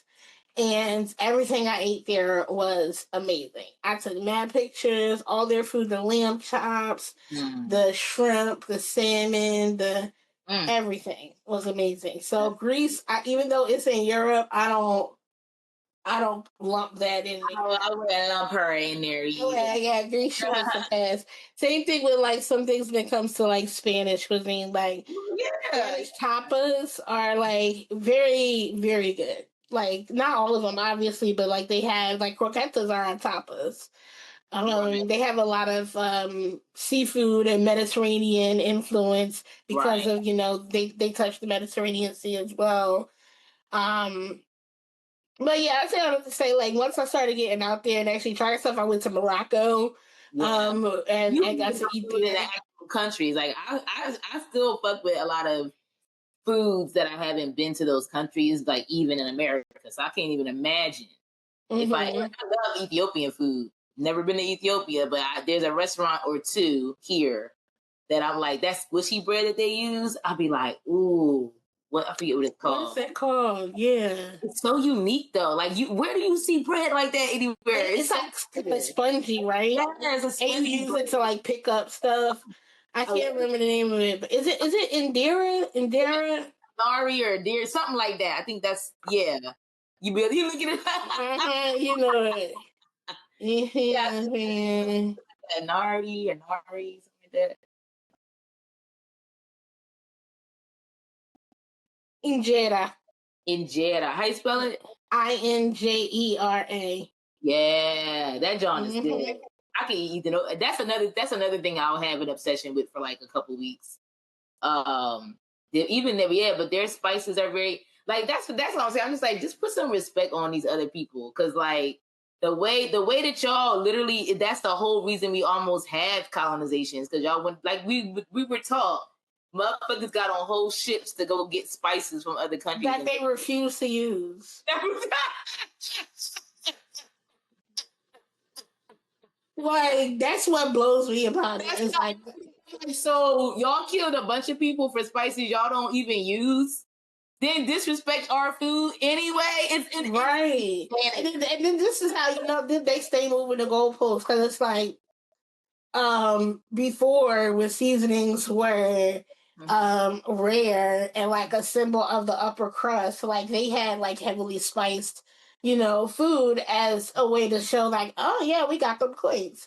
But then once spices became more commercially available, they were like, well, we don't need it because our food is of much higher quality, and these people are using all these spices to cover up the fact that they have the day old meat and the inferior quality food. They're like, our food is so good that just the quality of the taste of it. It's like, okay. So there is something to be said about having high quality food. Yes. But it doesn't matter how organic and free range your shit is. Let's be honest, because the same people they talking about, oh, their food quality ain't good. They're growing it. They're the farmers. They're the ones raising the cattle. Right. Like, these weren't doing that. I know, exactly, but I'm just saying, like, in general, we're talking about, like, food quality. It's like, yes, there are some food qualities that are, like, higher because it's, like, pesticide-free, organic, non-GMO, blah, blah, blah, blah. But it doesn't matter how organic that tomato is, it's not going to taste as good as it could without at least a little bit of salt. At the very least, you gotta add some salt to like make it taste more like itself. It's a flavor enhancer, right? Because like that brings me back to like a lot of like in this Italian food sometimes that I've had, where it's like, especially if it's a tomato based sauce, I'm just like, this is so flat. Like, where is like, or it'll just be like tomato and garlic and like not enough salt, or like something to add another dimension to it, like a little bit of red chili flake, or just something. There's like no real complexity of flavor. It'll be like onion, garlic, tomato, the littlest of salt, maybe some pepper, maybe some basil. I made ghetto spaghetti or whatever, how we spaghetti. Mm-hmm. Yeah, you get your little cheap ass spaghetti strings and some regular. I mean, I do like to do, like, I might shop at like, well, I'll shop wherever, but I might have shopped at Whole Foods for this. She got money. Not really, it's just close by. I do have Prime, so that gives me some discounts. But yes, I'll try to get like, or what they call organic, not nothing with sugar, because you get a lot of that. Those name brand or generic sauces will be like tomato, sugar. Like the second ingredient, yeah. These typically don't have sugar at all. And so, I did that, and then I was like, and I was seasoning, you get those Italian blend seasonings that have what would be in it? Oregano, basil. Yeah, that kind of stuff. Mm-hmm. And I don't know if that seasoning comes with thyme. Would that have thyme in it? Not usually. I think Italian seasoning is usually like oregano, parsley, basil, thyme. Mm-hmm. Well, I put a dash of thyme in there. Just because I don't know, I've always liked thyme and sage, but sage, those two go really nice together on most things. But I was like, no, sage is too, that flavor wasn't quite right. But so I was like, let me just get the thyme. Oh, and rosemary. Those three I really do like. I think it's rosemary and sage that I like a lot. So I did the thyme on there. I'm like, just taking a risk. And it's a big risk because if that little mofo don't like what I do, it's a waste, right? Right. So I was really taking a risk. And then I had like this Italian blend of cheeses. I think it's like provolone, like shredded provolone, mozzarella. I think those are the two. Put that on top because cheese kind of gives a saltiness to things too. Right. So I didn't really have to do a lot. I have some sea salt. I did a couple little shaky shakes of that. Not even shakes, little like turny thingies. But yo, that jaw was fire. Just that little extra something. It doesn't clash with the flavor palette, but just kind of brings something else out of it. And I'm sure there's Italian dishes that do have thyme in it, I would think. Like out of all of the dishes, it's not the first thing you think of when you think of Italian, but I'm sure there's somewhere. Right. Maybe. I mean, when I think of Italian, I think of like parsley, basil, maybe rosemary. Right. Oregano, definitely. Now, as soon as you said thyme, that made me think of like French food, like thyme and rosemary. Like when I make ratatouille, I usually use thyme. Yeah. Well, I don't know, but that might be my secret ingredient, y'all, to my little spaghetti. Yeah. Because he tore that thing up, child. Yo, here I go. Do you know that spaghetti is a real word? It's how you say the singular form of spaghetti. One spaghetti is a spaghetto. One spaghetti noodle is a spaghetto. That's funny.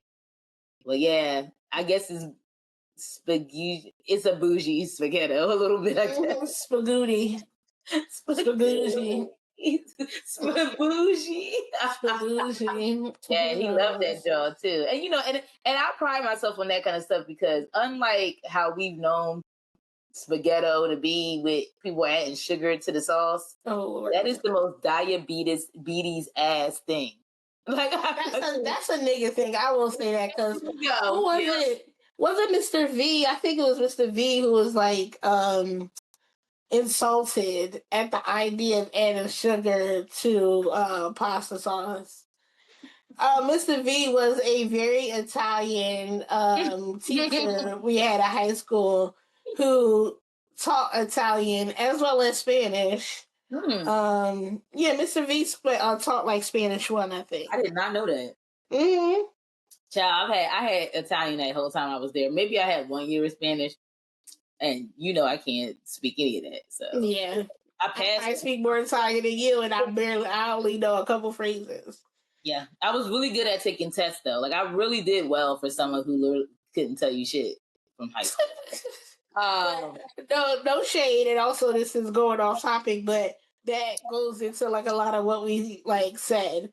It's like our education system helps us to follow rules and like prepares us to do a task. It doesn't teach us how to think critically and like retain information and be like independent thinkers. I didn't, but on the flip side, I didn't take Italian, so I never had Mr. V as a teacher. I just knew him because how could you not know? He was literally like an Mario, which is what he had the mustache. He looked like Mario if Mario aged for real. Oh, that's hilarious. But yeah, so with that said, I really do feel like more Asian cuisine should be respected. I remember watching something on Netflix. There's two things on Netflix I remember coming across. There was one, it's this guy, it was around the pandemic that they filmed it, and oh man, was he in Portugal? But just it was some type of Latin or Central America country. But would be Portugal. Okay, it was Portugal. Definitely is the neighbor of Spain. Okay, it was like a Latin country, but like Honduras, I don't know, something like that. And But yeah, the way he was going out and just like would just know all the different kinds of leaves and eating them, and like I'm like that could be dangerous. Like you got to know your shit to just go out eating these. I was like, ain't that distinctly different to me on at least through the television. So yeah, but just it's weird how cooking shows make you like. There's a phenomenon with cooking stations and shows. Like, how are they so popular? Meanwhile, we can't smell, taste, nothing. It's all visual. I find that interesting that people like cooking shows. I mean, because unless you're standing there doing it with them and you get to enjoy all of the sensory experience of it, there's such a phenomenon if you think about it. But yeah, I think that's true. But I mean, you could say that about any kind of media that attracts certain people to it, right? Like reality TV. It's like, why is it that there are so many people who love reality TV? What does it say about them? And what does it say about like the part of their brain that is stimulated by reality TV? Because that could really be is like, oh, there's so many people who love these cooking shows because they themselves wish they could, and it's kind of like living vicariously through them. It could be getting inspiration, like if you're somebody who never had to cook before, but now you're a mom, or you're taking care of somebody and you want to, actually learn how, or you're getting out on your own for the first time, and you're like, actually, nobody ever taught me how to cook, and the way the prices are, I can't afford to eat out, so I'm gonna have to go ahead and learn some things. I don't know. There's just so many different reasons why I feel like people would be attracted to cooking shows. Because there's also cooking competition shows, so there's that crossover. Yeah, people who like, competition. Because when I understand watching cooking shows of like really bad cooks, because most people have enough skill set to be like, why the fuck would you do that? Like Worst Cooks in America. You ever watch that show? Like that? Yeah, I think I've seen that before. That shit was hilarious. I haven't watched it in a while, but I used to, that shit. I'd be like, wow. Like, wow. Like, there's really people out here who, like, don't even have, like, a basic understanding of flavor profiles. Like, you really thought tuna and chocolate went together? Like, this is your famous chocolate tuna casserole with like egg noodles or some shit. Oh, exactly. Famous for what? Causing dysentery in the 21st century? Like, because like when someone is like, but I would almost want to taste something like, you hear about those really famous chefs that like have combined things you wouldn't think to put together, and I'm like, until I eat it myself, I don't know. So there's a difference between being experimental, like, the first time I ever heard of chocolate bacon and like smoked what's it called, ancho chilies. I was like, chocolate and bacon and ancho chili, like the fuck? Because they're both have a woodsy, like a heavy richness to it. But it actually did, because what they did was, have you ever had Mexican hot chocolate? Yeah. So Mexican hot chocolate is still sweet, but it has that smoky undertone, kind of like heat underneath. And then bacon, it was thick cut bacon that was like salty, but also kind of greasy. So the salt combats the sweetness. The greasiness cuts through the spiciness and the richness of the chocolate. Exactly. So, on the surface, you hear those two ingredients and you don't always think of them together, but you see how that can go together. When I say tuna and chocolate, there's no universe where that like sounds like that will like go together. You'll get maple flavored bacon, which is a sweet with the savory, and maple is a similar richness to chocolate. Like so that's why to me it doesn't seem as far off. Right. You can label sweet and salty when it comes to bacon as well as chocolate. Right. So putting them two together, it makes sense. But yeah. I applaud people who play around with shit like that, but it gotta make sense. Yeah, it has to make sense. It has to make sense from like a flavor profile like standpoint. Like we know somebody who put jelly on spaghetti. I was literally like, should I bring this up? But we ain't got to say no names. You know who it is. To their credit, people pair red wine with that. So maybe that was. No. Firstly, also with pasta, you don't drink red wine with spaghetti. Like that would still be a white wine. Red sauce. They say red wine, red sauce. Is what they say. Really, I don't know because it's pasta. I would think it would be like a white or at the most like a blush.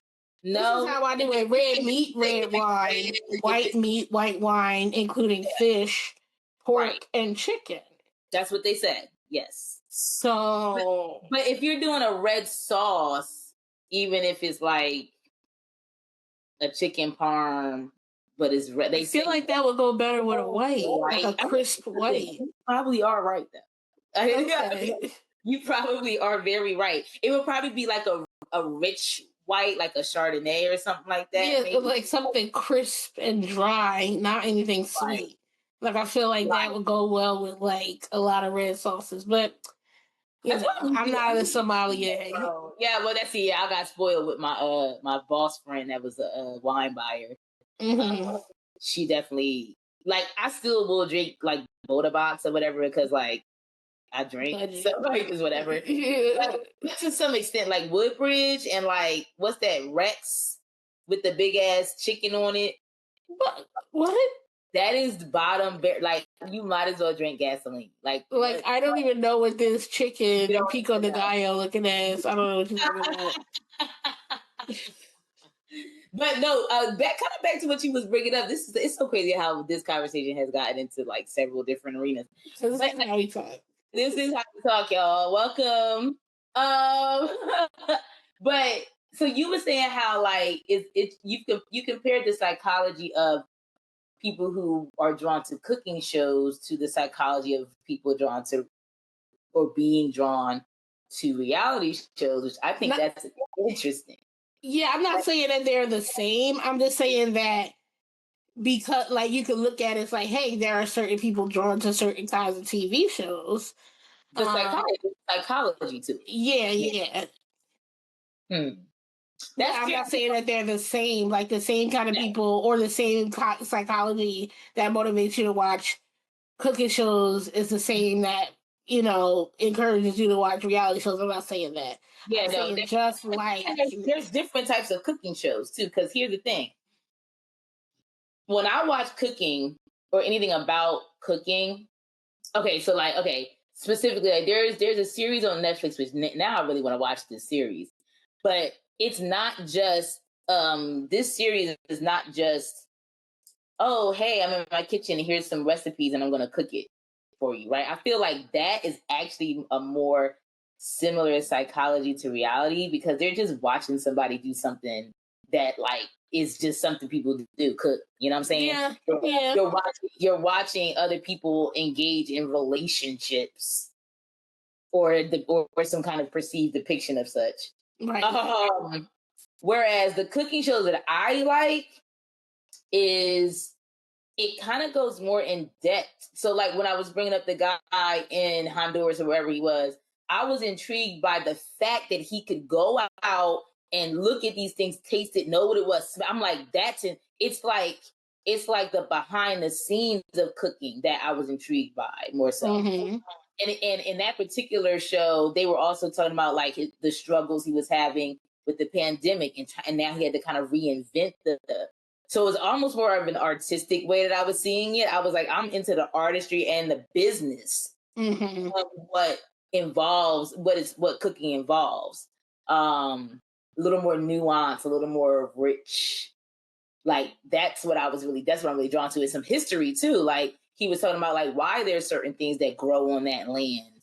Mm-hmm. Like the same thing with something on a hog where it's just, this guy was basically it was a series of shows about Black culinary arts in America and how that originated from slavery. And I'm like, that's what's intriguing to me about that. Not the food the food looked great, but again, it's that's the only sensory experience that I got from it.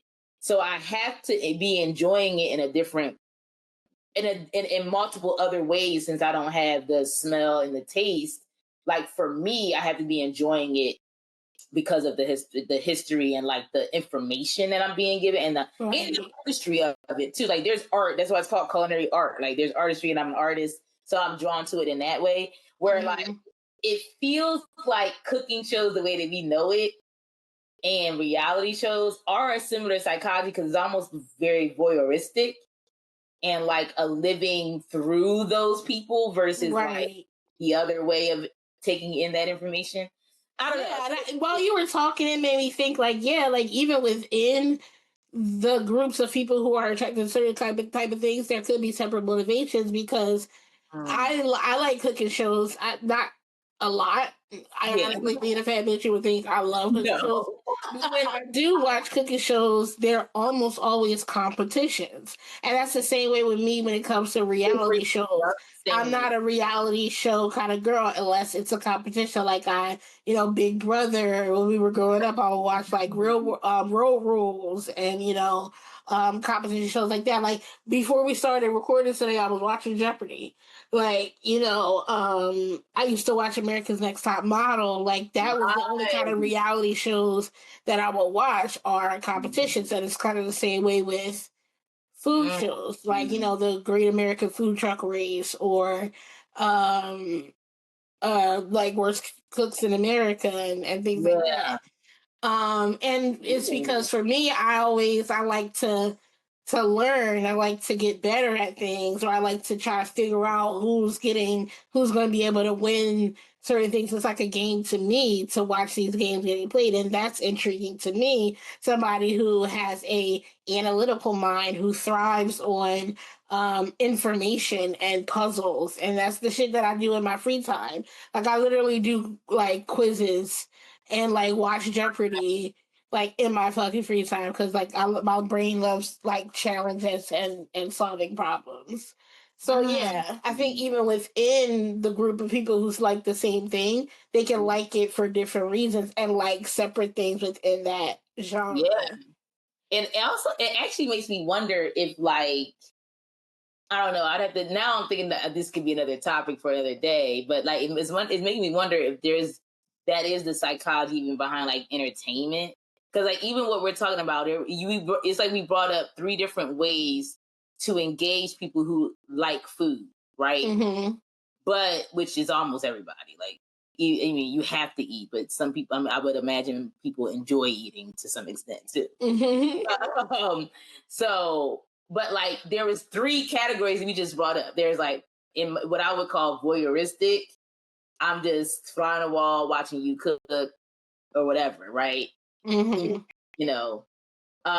Then you have like competitive, like game show like style, and then you have like I guess the one I was talking of is like maybe more documentary, Anthropological.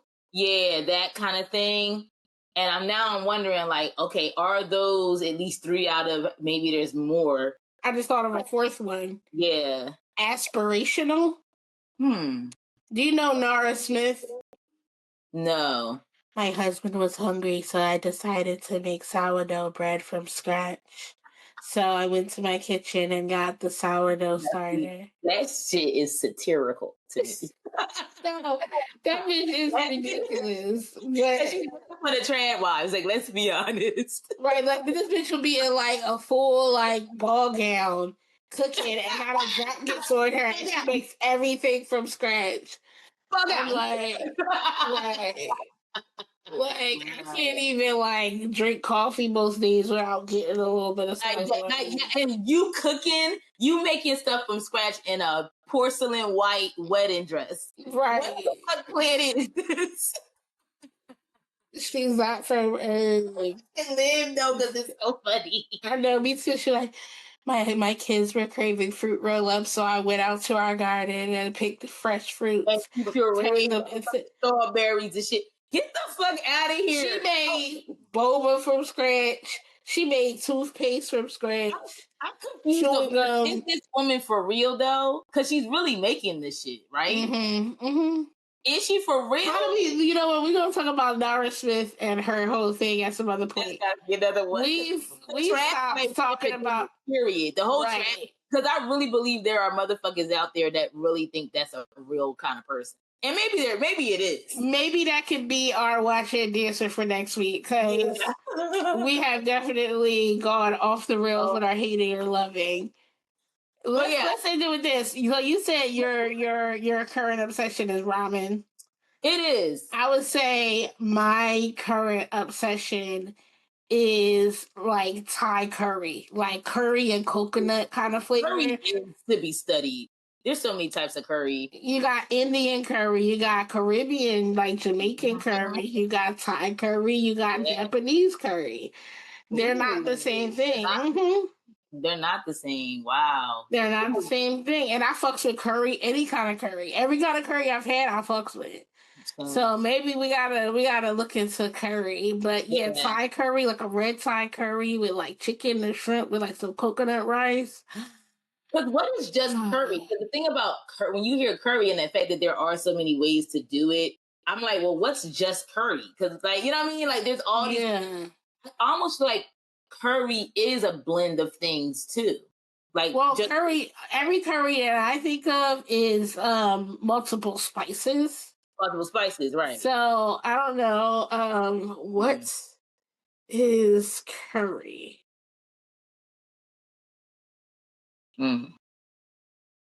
Okay, so I don't know. It's not giving me, because all those different ones you named, they have a different flavor palette to it, but you can still tell it's curry. It's always that yellow, you know, kind of. Not always yellow, because there's some yellow ones, but Thai red curry.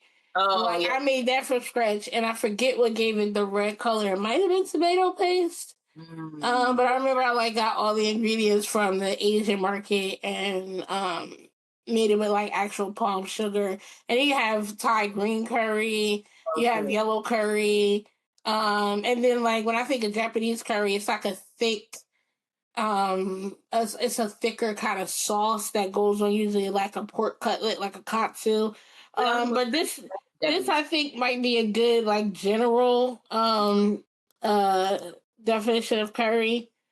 Curry is a dish with a sauce or gravy seasoned with spices, mainly derived from the interchange of Indian cuisine with European taste and food.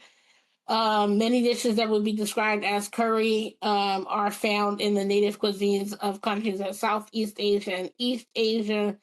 But basically, it's a dish with a sauce or gravy seasoned with spices. That's like the most ambiguous way to say curry. I feel like curry but I'm saying like I would say it's a dish is with a sauce or gravy seasoned with spices that are mainly derived from Indian, like Southeast Asian and East Asian cuisine, native cuisines. I think that, because when I think about like Jamaican curry and Indian curry, they both have turmeric. Yeah. They both, so there's like these like overlapping of ingredients. There may not be completely in each other, but I feel like a curry, you can tell the difference between a curry and like, a jambalaya or something like that. You know what I mean?